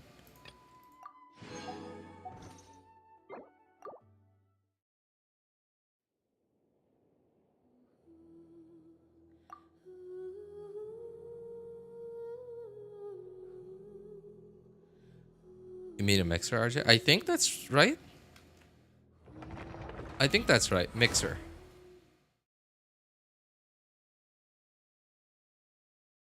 You busy? Exam too much for me to comprehend. My brain's sometimes not braining.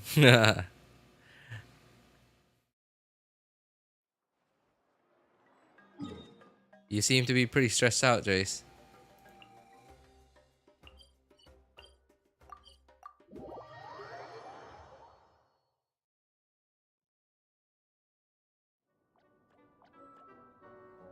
Because that's what voice meter is.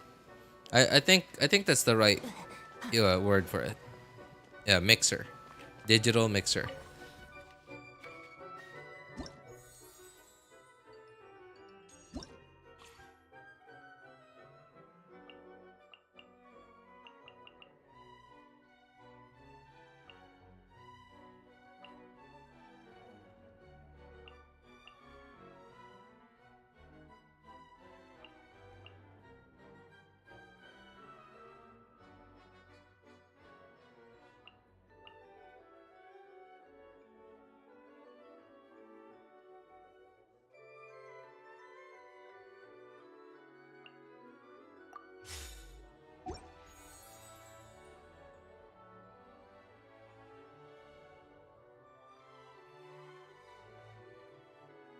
Yeah, no, not for me, Jace. I'm on the other side of the planet, man.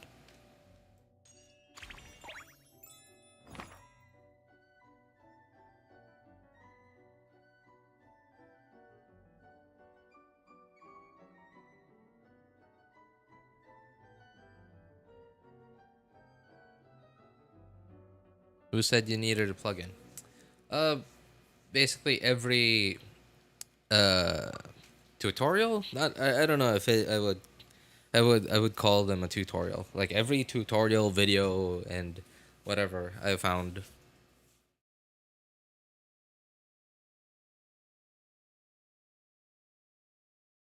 Are you gonna ignore me just because I changed my name? No, I'm gonna ignore you because you seem to be talking to someone. And like, yeah, why would I? Yeah, why would I? Why would I interrupt a perfectly good conversation with someone?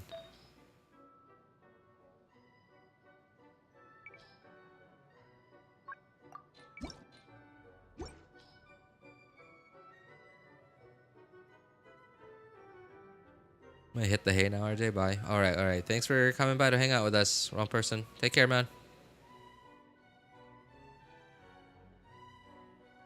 I got caffeinated now. I can't sleep. Uh, you'll be fine. You're young. The problem is if you need to get up early tomorrow. That's the problem.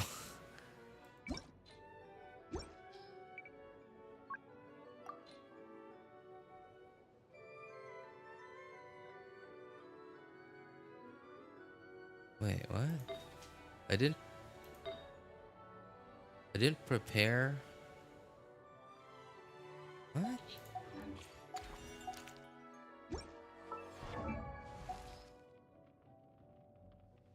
Where's Hazel?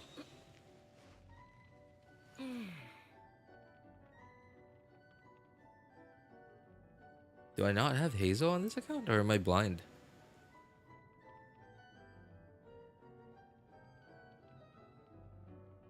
Oh, there he is.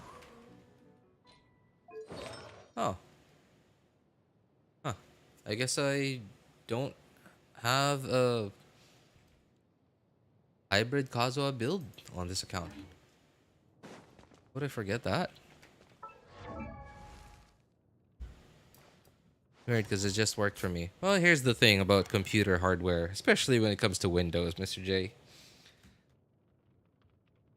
Even if you have the same exact specs as someone, same exact model numbers, everything, every piece of hardware on your computers, there's still a chance that it won't work exactly the same for you two.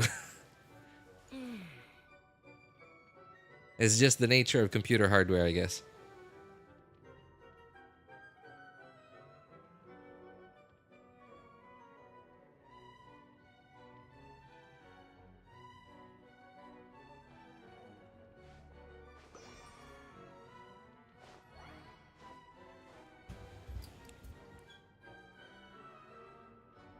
I'll go extend my life by another week.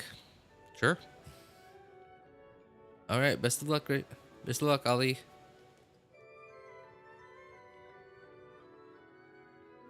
Enjoy your meal.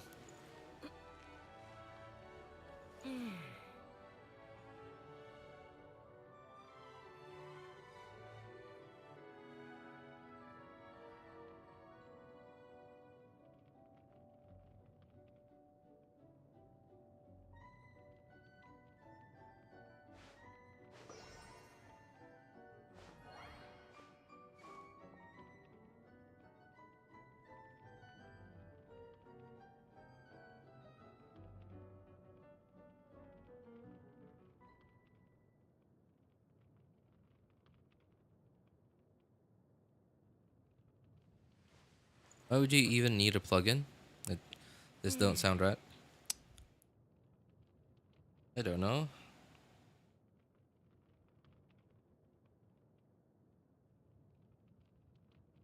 Does sound like although I have to admit, yeah, it really does sound like a feature that should be in default OBS.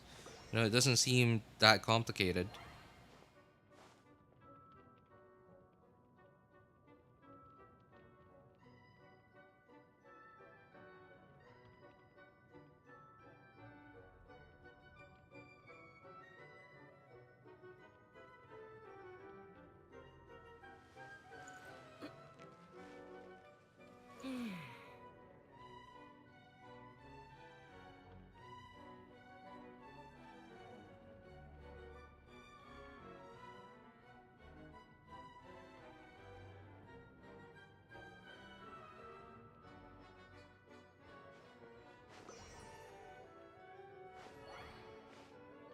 It's there. Someone just messed up.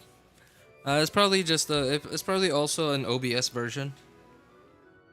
I don't know what version you're on, but I haven't updated my OBS in a very long time.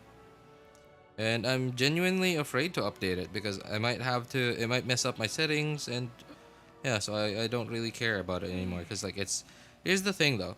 Even if I manage to somehow set up OBS to only take audio from Genshin, what if setting that up makes it difficult for me? Like, wanna, if I suddenly wanna, I don't know, like share a clip on the stream, and audio is really important to make that clip make sense.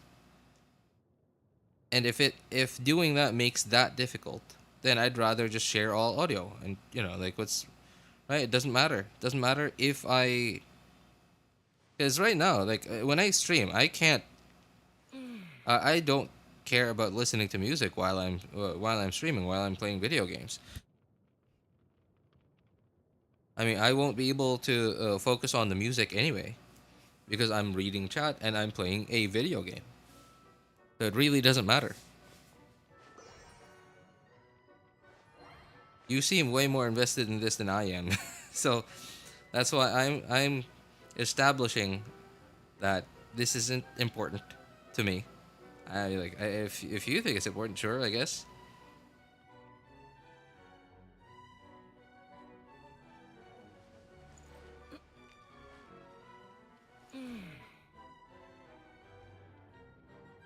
But to me, it really just doesn't matter.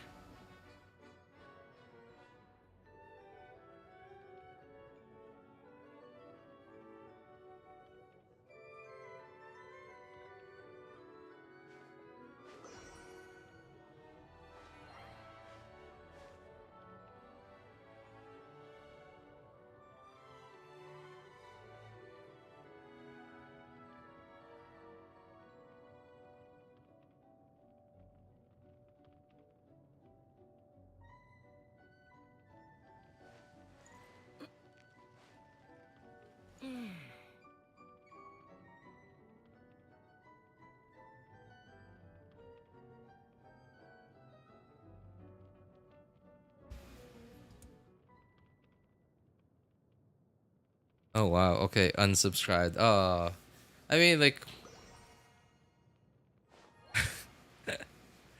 I know that you were really like hell bent on like helping me make that happen, Mr. J.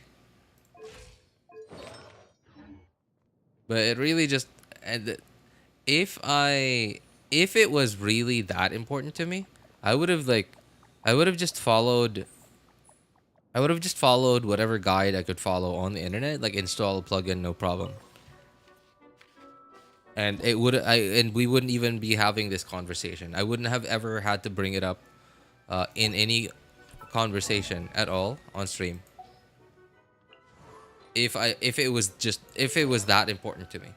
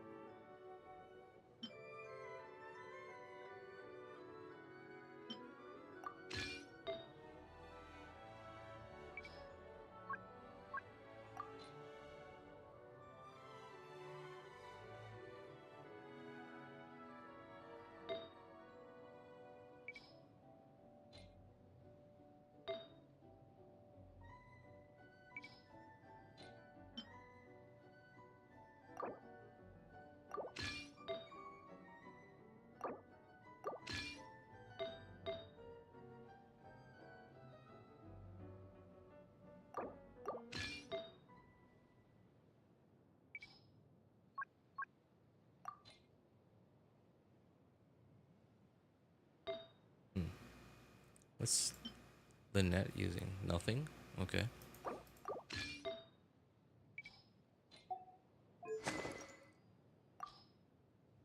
Fav bow. Ooh, okay. Fav bow is not vacant on this account apparently. Okay. Guess we'll have to go with ER then.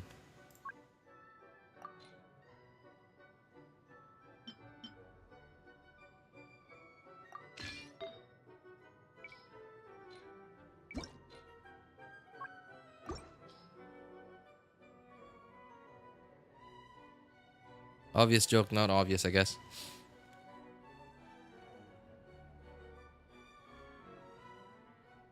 You're a little advanced on the greeting, Jace, but hey, thank you, man. You as well. A little bit ahead.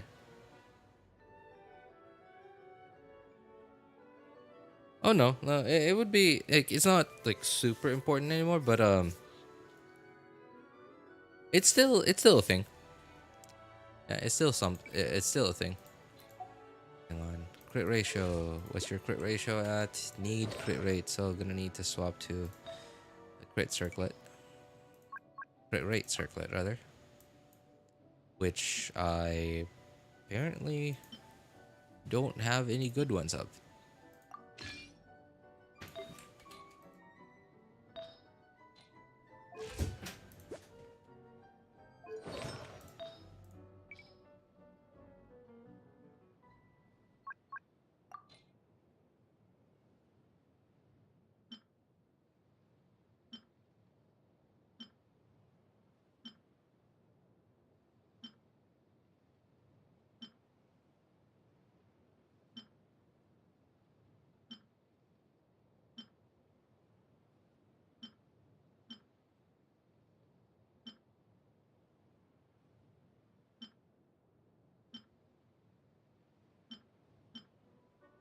These flowers are awful.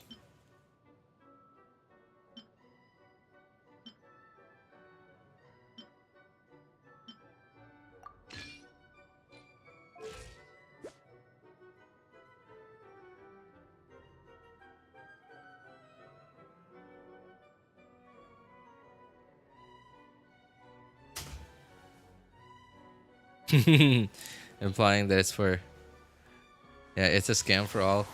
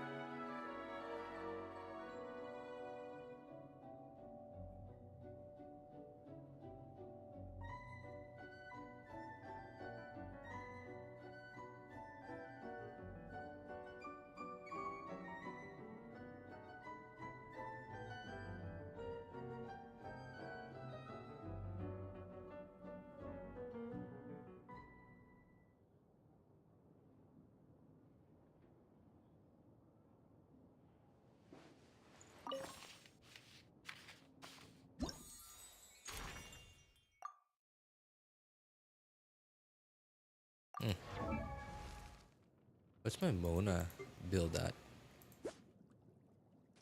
I think this is on 4 and a Bliss. Okay. Probably gonna need to switch this with Sucrose. Yep.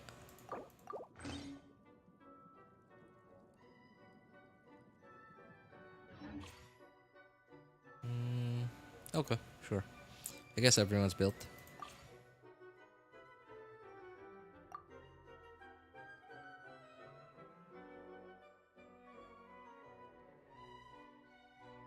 Oh, I wonder what my Toma's build is. What? Oh no! Oh no! Oh no no no no no no no no no no no no no! Oh no!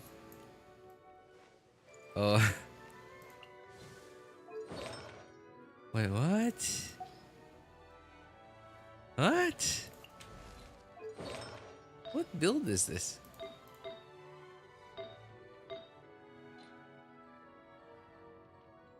I don't remember building this. Oh, this is for Kinich.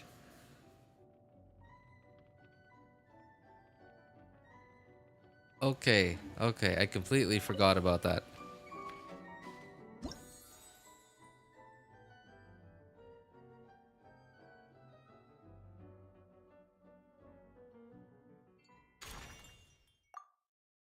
I was worried for a moment there, thinking that I must have swapped Toma's and Nahida's builds. But I also remember doing that like way long ago. Uh when Kinich came out, which was how many months ago was that? 5 months ago? So I was worried thinking that has my Nahida been unbuilt for the past 4 months? Completely forgot I had Kinich. Really? Yeah, I mean, I haven't used them in so long. I haven't used them in so long. Oh, that's a pretty good build right there. Some EM. Wow, dude, what a build. What a build. Oh my god, wow. The heck? Even with a goblet like this, he has stats like that?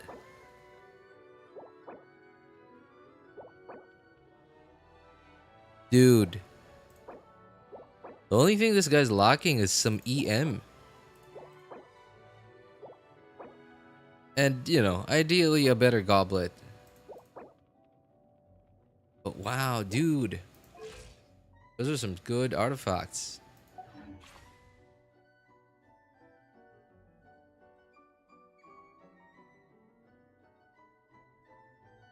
Okay, I certainly know who I'm borrowing.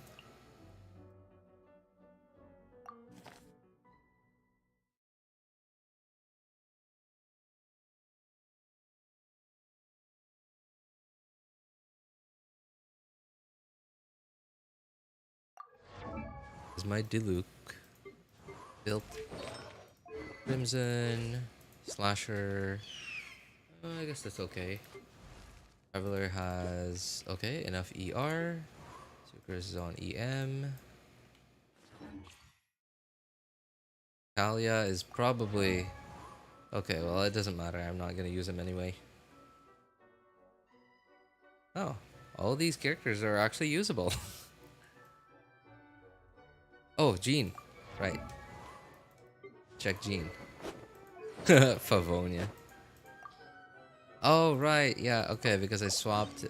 Okay, is with Bennett's.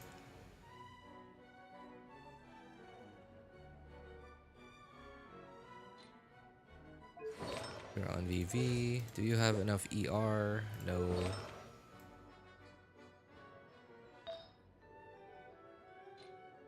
It's whatever. Not gonna lie, I'm not a fan of his playstyle. Yeah, me too. Me too. It's okay. It's not unsatisfying to play. It's just not very fun for my preferences.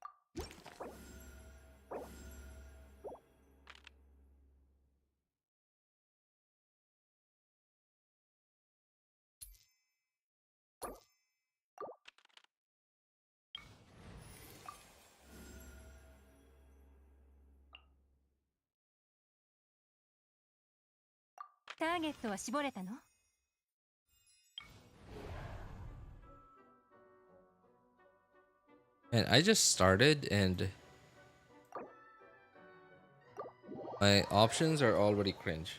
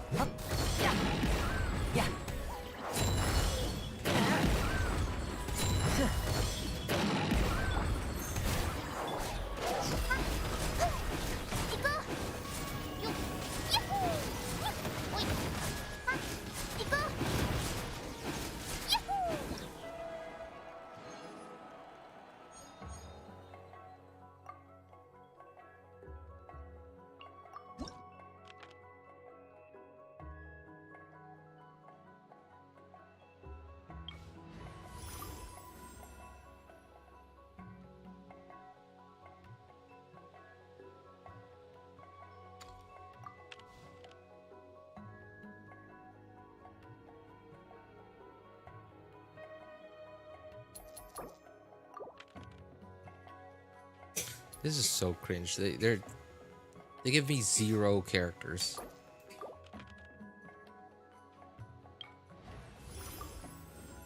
It just started.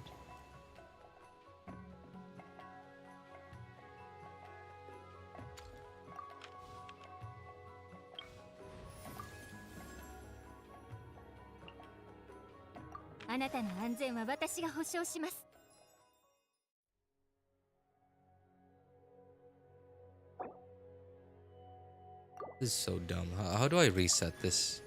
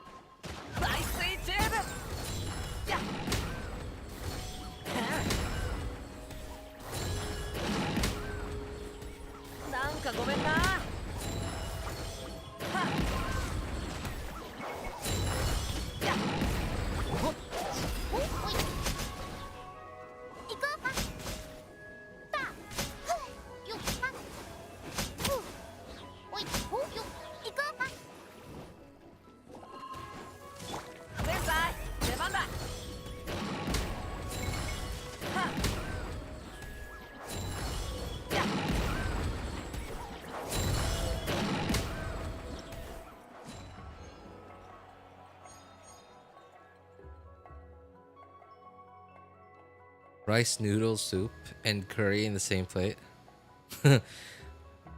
What an abomination. I mean, I think the problem here isn't the food that somehow got mixed in, even though you're in front of it.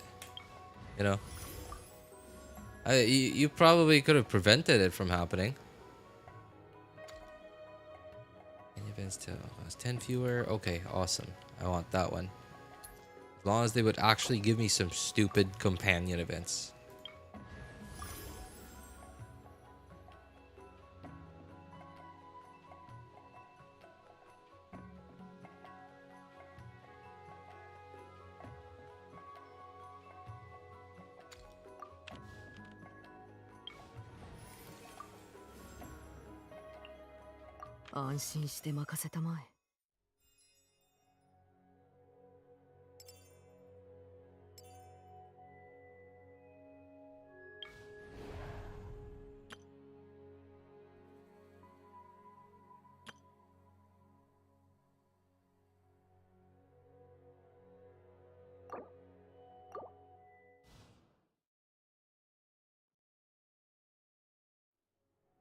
Can't bother cleaning more than one plate.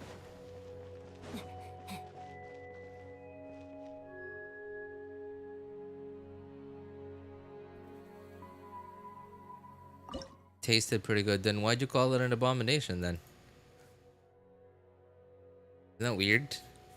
I guess you mean because it's not something that people usually like put together. At least not on purpose.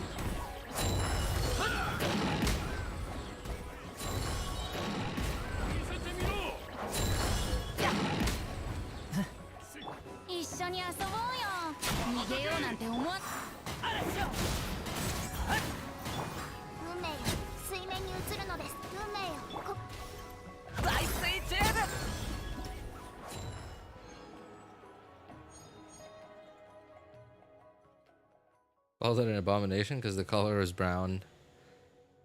The curry soup mixed and color had to what? Oh, eat with my eyes closed. Okay.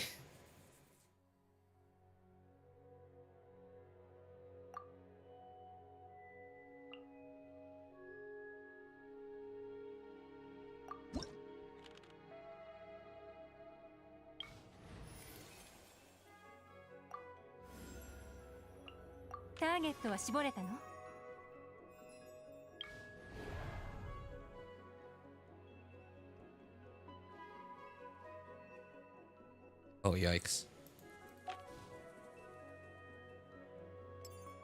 Do I have any off-field characters here? Okay.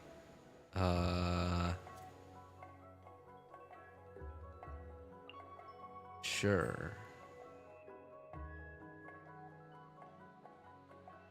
Okay. That'll definitely work.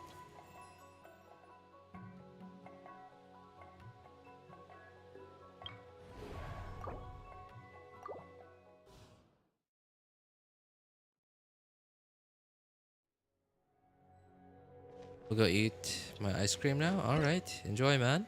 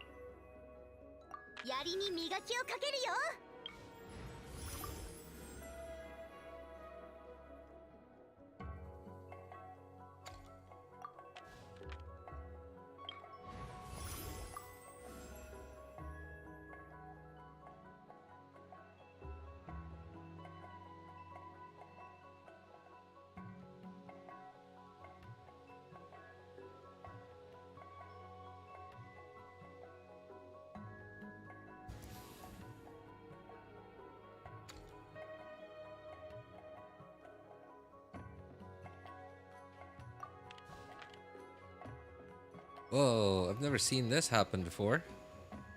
I didn't know you could have 5 options.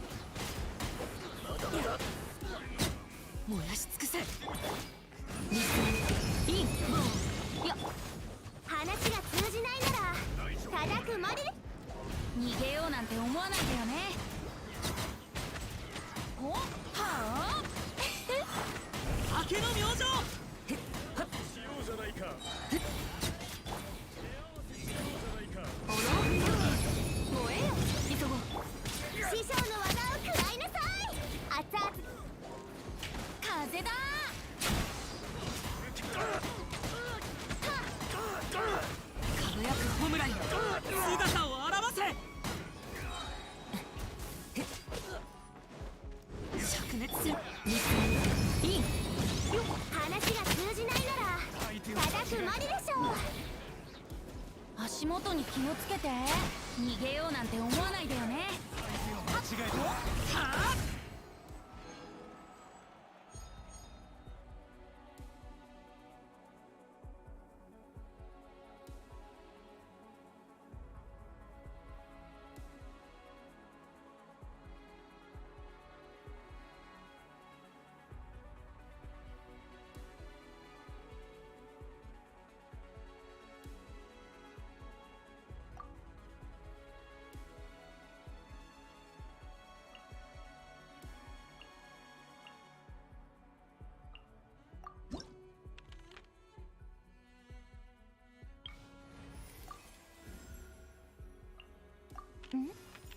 危ないことにでも遭いましたか？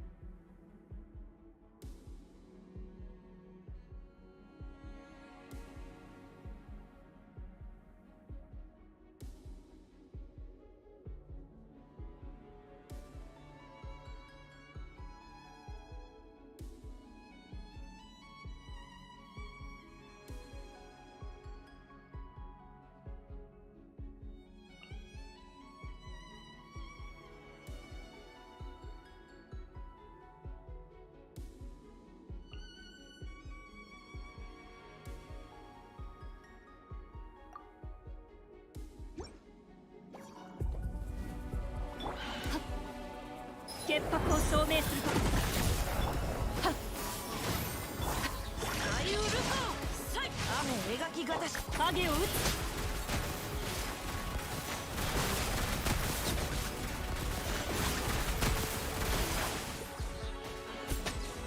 やっ。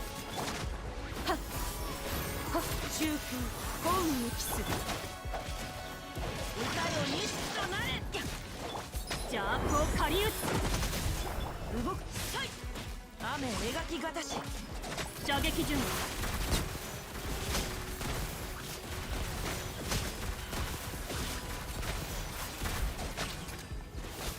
手加減なしだぜ。はっ。大ウルコ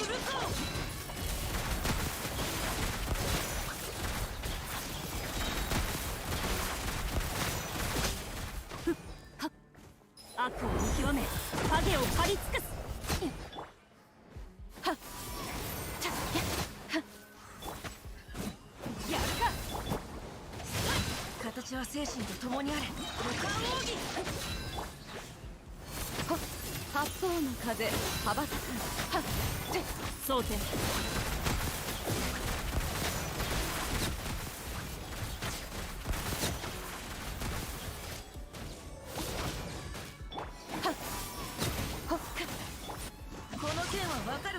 雨描きがたし。大ウル行くぞ。邪悪を狩り打つ。射撃準備。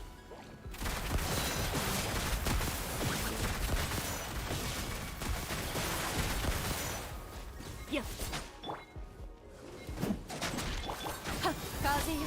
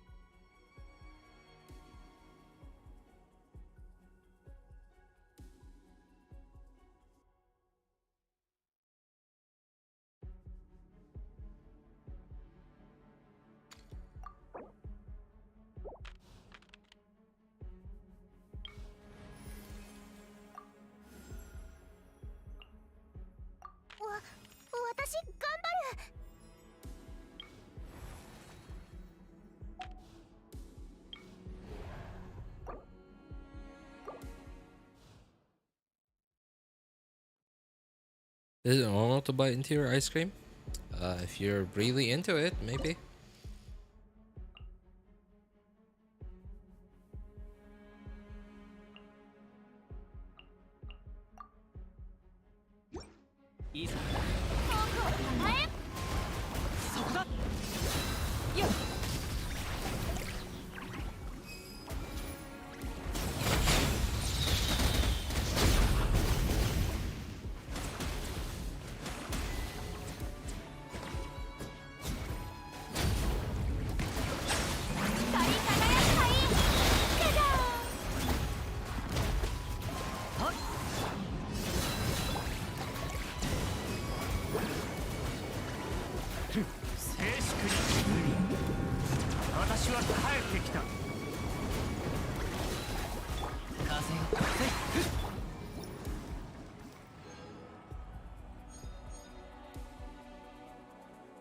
This boss became so much easier with Furina. Yeah, but then if you don't have Furina, it's still really cringe.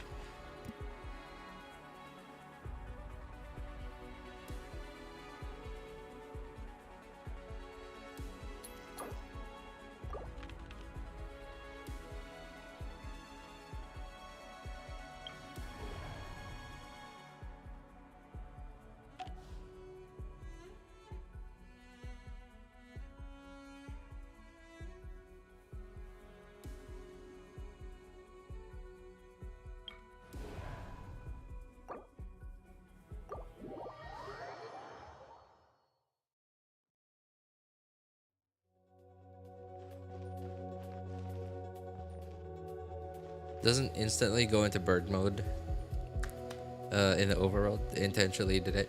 Oh yeah, yeah. You bet they did. You bet they did.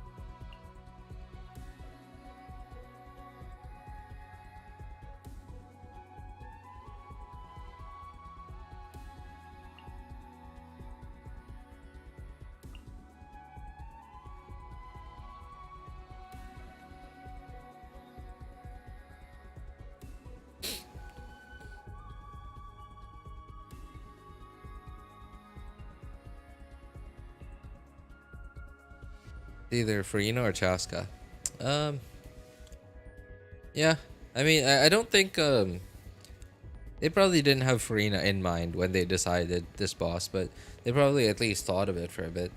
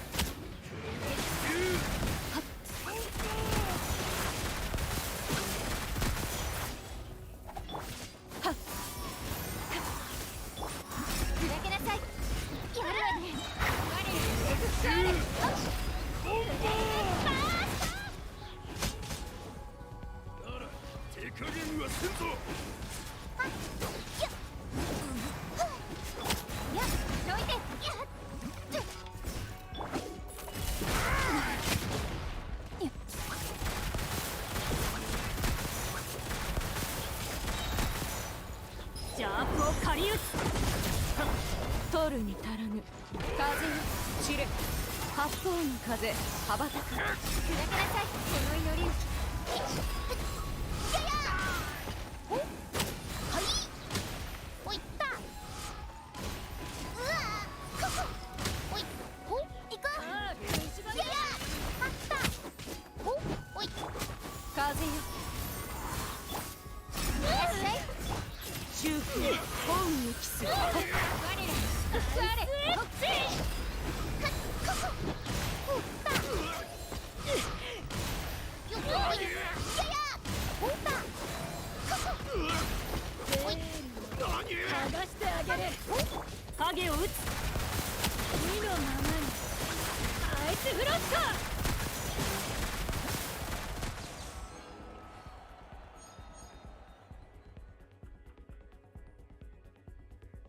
It could work, but it won't be easy.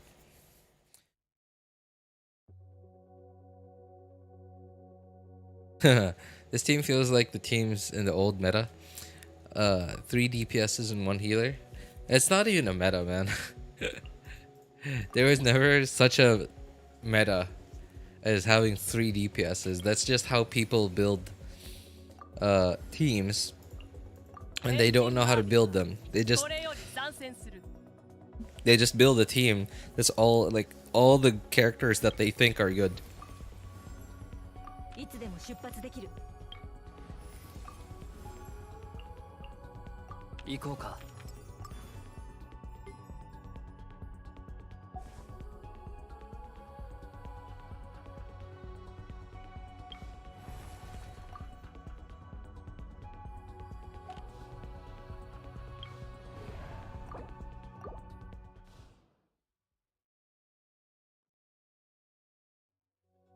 The starting days of Genshin. People use 3 DPSs and 1 healer. It stayed like that for a while. That is true, yeah, because nobody really knew what was going on. Nobody really knew how to play the game just yet.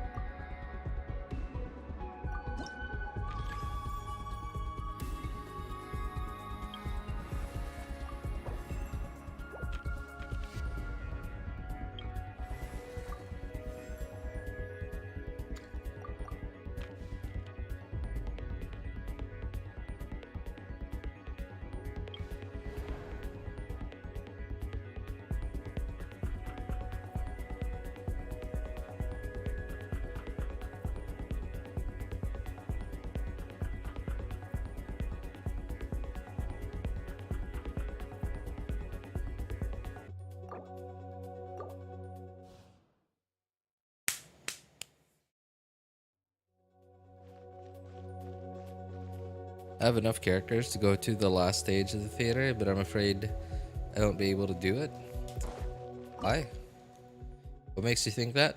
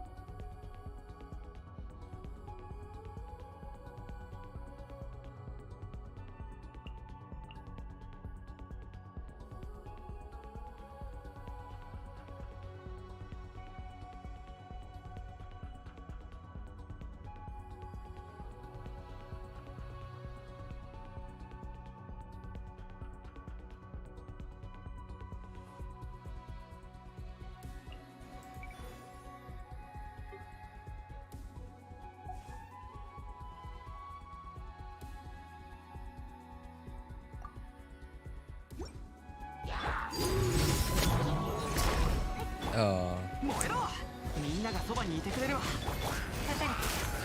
I couldn't throw Pyro in time.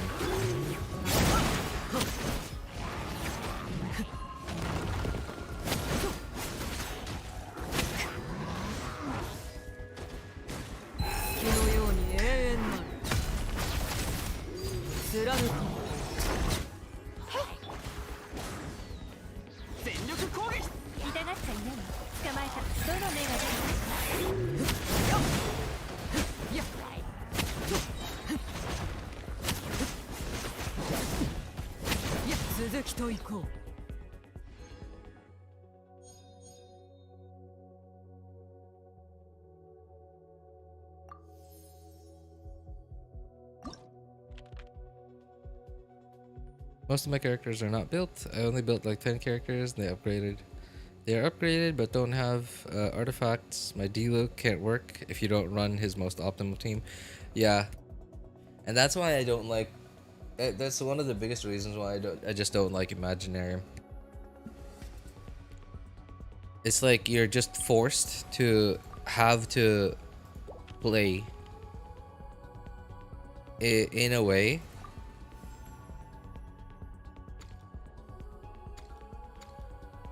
you're forced to have to play play the game in a way that like you have to upgrade and gear as many of your characters as you can.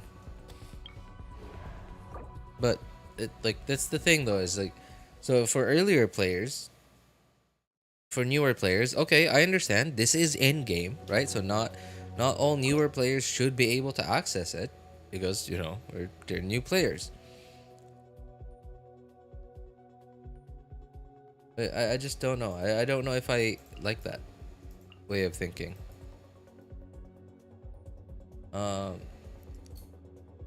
even amongst the somewhat older players, not everyone enjoys building all the characters. Oh my god, that was dumb.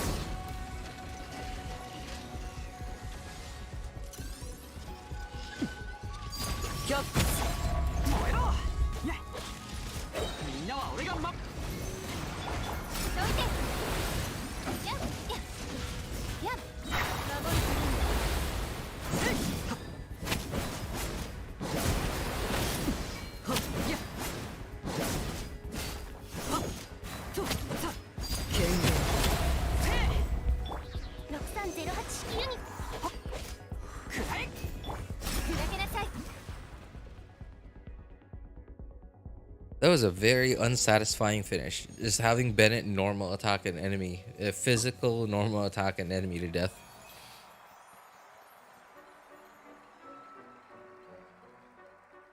I was thinking of making a national team, but in like 2 months, I was gonna pull Mavuika, so the team would be kind of useless.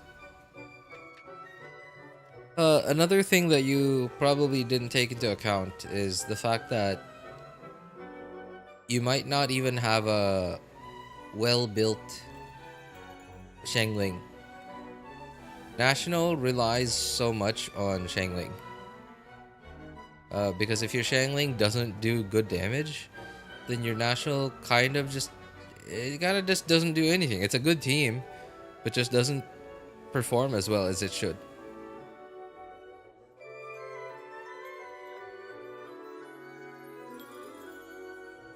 Building 4 characters in 2 months is hard. The problem is the mora. Well, why don't you just farm ley lines then?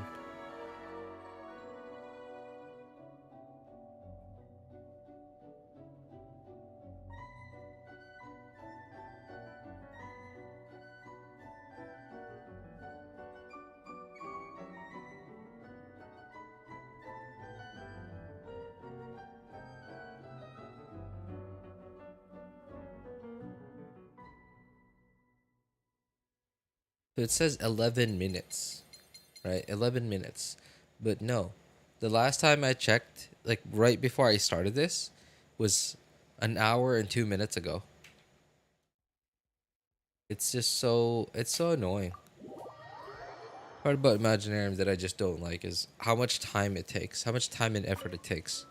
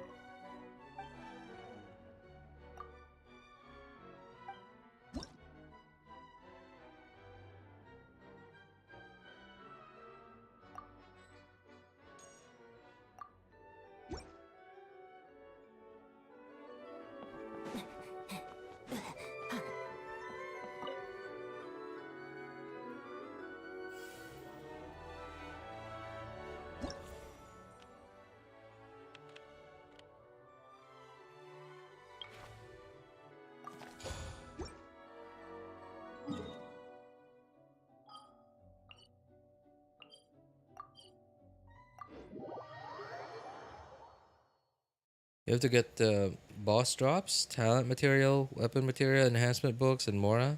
It's so hard. Well, that tends to happen when you're a new player, man. Because you're just your resources are just spread way thin. And it's even harder now. Now that like ever since, because like in the past, now I understand 150k mora every week isn't gonna make much of a difference, but it's still 150k mora a week. Right, like ever since that the update came out when they changed weekly bounties and requests to make they made it so that you wouldn't be able to do bounties and requests anymore if you were maxed out in a given region.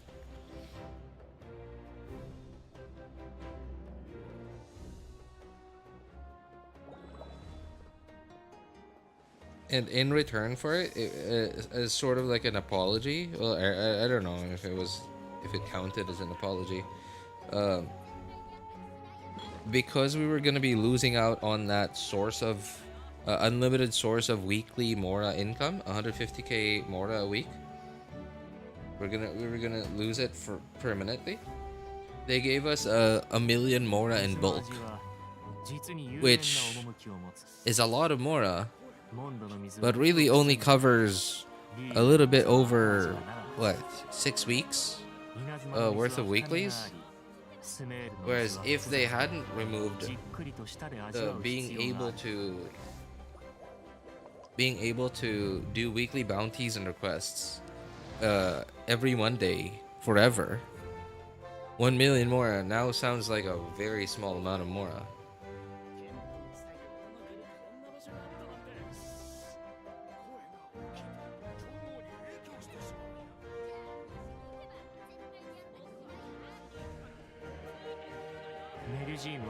Bounties do not give more in Natlan. Yeah, because they changed it. But yeah, that's true. Natlan bounties do not give more anymore.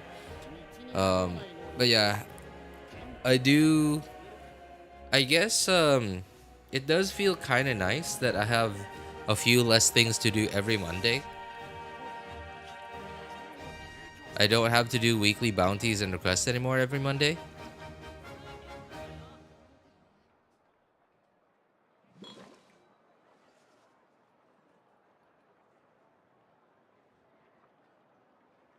But Mondays have felt a little less exciting because of it.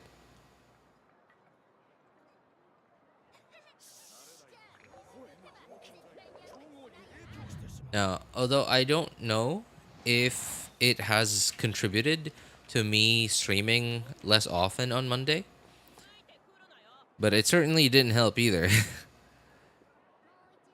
道に迷わない能力って添付の際って言えるかな。世の中にこんな場所があったなんて。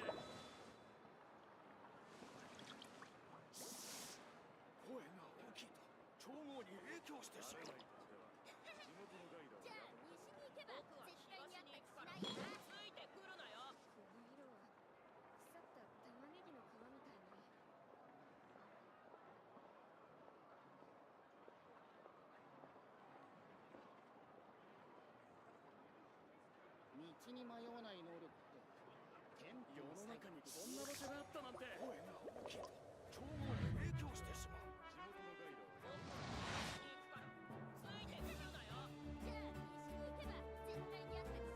Need like 500,000 more just to upgrade an artifact to plus 20. Oh. Okay, Ali. Here's a tip, by the way, that I think might help you save a bit of mora. Now, it's a little harder to implement when you're on the newer side.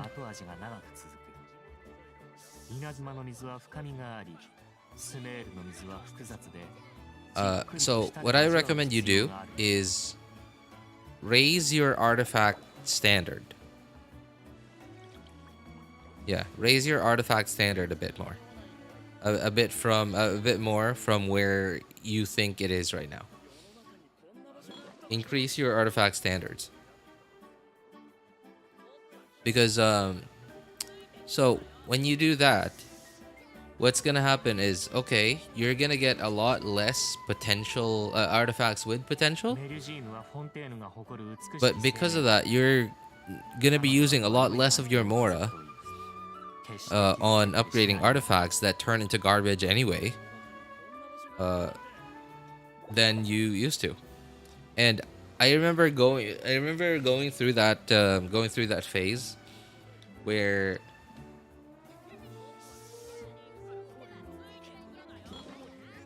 I wasn't short on mora, but I noticed that my mora was overall going down until such a point when I finally made the decision to increase my personal standards for artifacts that I thought had potential.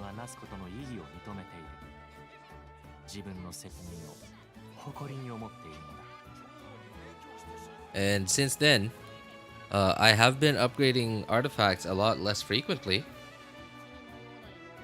but at the same time, my mora keeps going up. It doesn't go down anymore.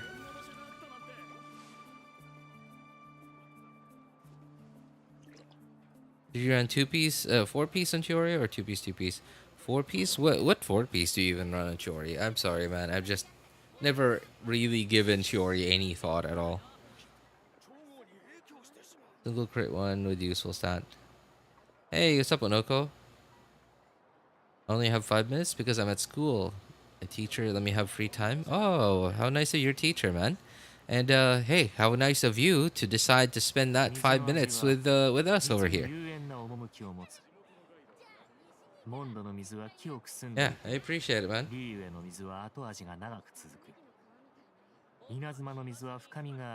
Although I'm sort of done for today. I'm done for today. There's not really anything else like. Well, I mean, there's still stuff that I have to do. I have to explore Oat Canatlan 3 times over. That's that's something to do. But none that I have time for today.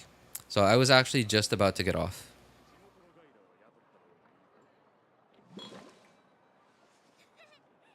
Should I just save double crits? It depends. It depends, Ali. Get off there. Mr. J, no, you're not doing this, okay? I'm about to end the stream, and you doing this right as I'm getting off the stream. No, not now. You should have done this like 2 hours ago. 2 hours ago would have been more appropriate because there were actually a lot of people, and that would have been funny.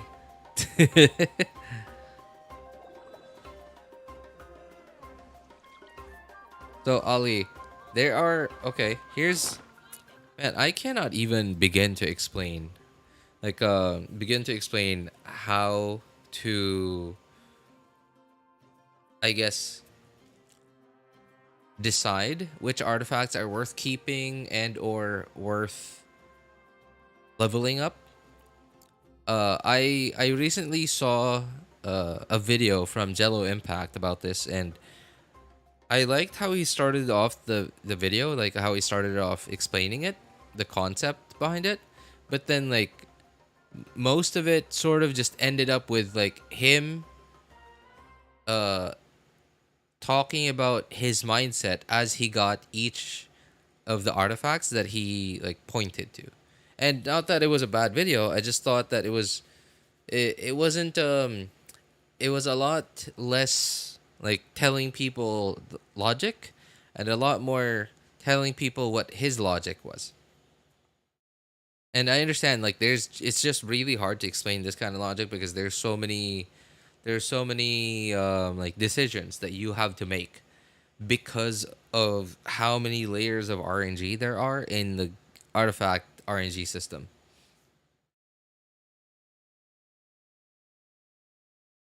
Two hours ago, the wordplay wouldn't play. Gotta go. My free period's over. All right. Hey, thanks for deciding to spend that with us over here, Noko. Appreciate you stopping by, man. Have a good day at school. Bye. So, okay. So obviously, Ali, you decide which artifact domain you're gonna farm, right? So, whatever artifact domain you're farming, you have to take into account what set that is, right? That you are getting artifact pieces of as you farm for artifacts. So, I'm gonna use the Codex domain, the Codex and Cinder City domain as an example. So, okay, mostly Cinder City is a support set, right? Like you have to keep stuff like that in mind. Like what kind of set is this? What kind of characters usually use this set? Right? And mostly Codex is an on-field damage dealer set. And you have to take into account the current roster of characters that set would actually be good for. So in Codex's case, it's a DPS, mostly DPS set. And which DPSs do we currently have in the game right now that can use this set? In Codex's case, one of the so obviously Mavuika, right? Another one is Kinich, Chaska as well, and of course Malani. So Chaska scales off of attack. Kinich scales off of attack. Mavuika scales off of attack. Malani scales off of HP. So I know that I will likely never ever pull for Malani. Ever. I just don't like her playstyle. So I just do not see myself ever pulling for Malani. So what happens when I get a flower that has crit rate, that has 3 stats, starts with 3 stats, has crit rate, and has HP percent, and a random stat that I just cannot use? Then I'm gonna think, oh, crit rate, sure, okay. What if it gets crit damage? What if it gives me a few HP rolls? Then I guess it's fine, right? Because like, even if I do think that that I will never ever pull for Malani, what if in the future they give us a Natlan character that this set works with that scales off of HP, who is also a damage dealer, right? But then again, that's me deciding to make that decision based on just a what if, right? But that's me. Some people, and because I'm choosing to, yes, save this artifact based on my what if for the future, it is actually increasing my mora spending by deciding to include this specific artifact and a bunch of other artifacts that have similar stats to this in the future, and deciding that they're worth keeping, they're worth locking, and they're worth upgrading to see what rolls I get from it. So yeah. And let's say, okay, in this case, it's a Sands. So, energy recharge, very useful stat.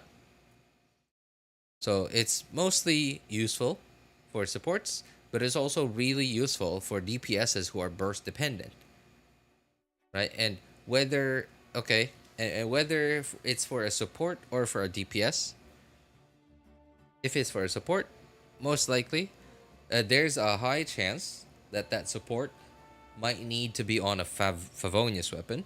So if I have an ER Sans on a what I consider to be mostly a support set, and it has a crit rate roll on it, even if it doesn't have crit damage on it, I'm still gonna, especially if it's crit rate, if there's like two useful stats on it, like crit rate and attack percent, or crit rate and defense percent, because we know that there is a defense scaling character that Cinder City is actually good on, right? That would be Zelonin.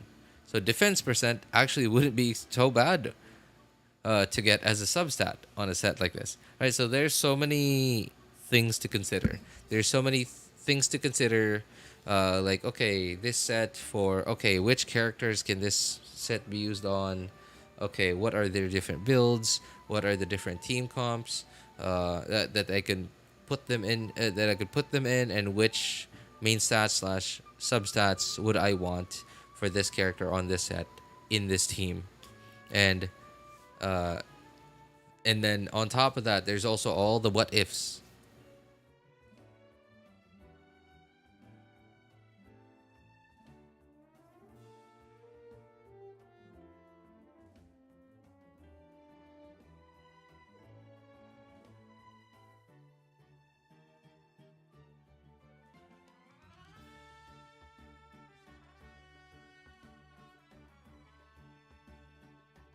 And max the def and ER. Hey, congrats, man. Congrats.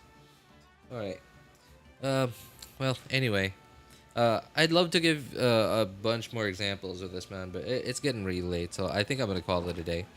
2 Imaginarium Theaters really drained me of my, not only my energy and brain power, it also drained me of my patience. I just Imaginarium just isn't the most exciting piece of content in Genshin, really. It's mostly a chore for me. It's mostly a chore.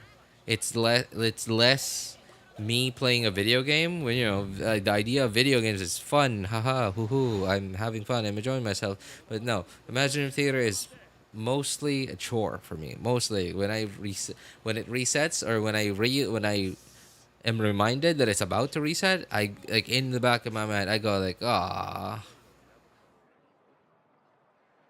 But then I guess there's Primos, but then right, like, that's my sort of my reaction to Imaginarium Theater. Anyway, so to help you again, you know, that was my tip for you, Ali.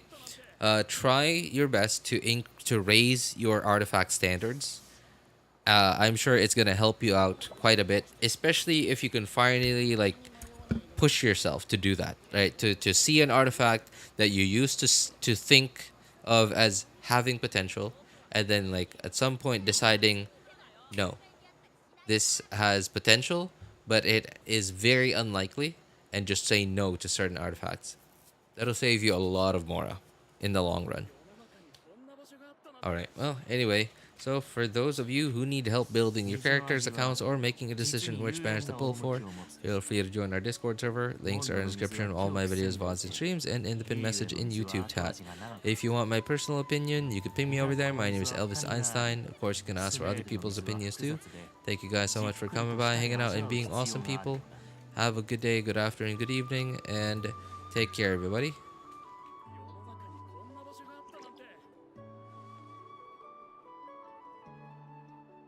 Alright, bye everyone. Take care, and thanks for stopping by.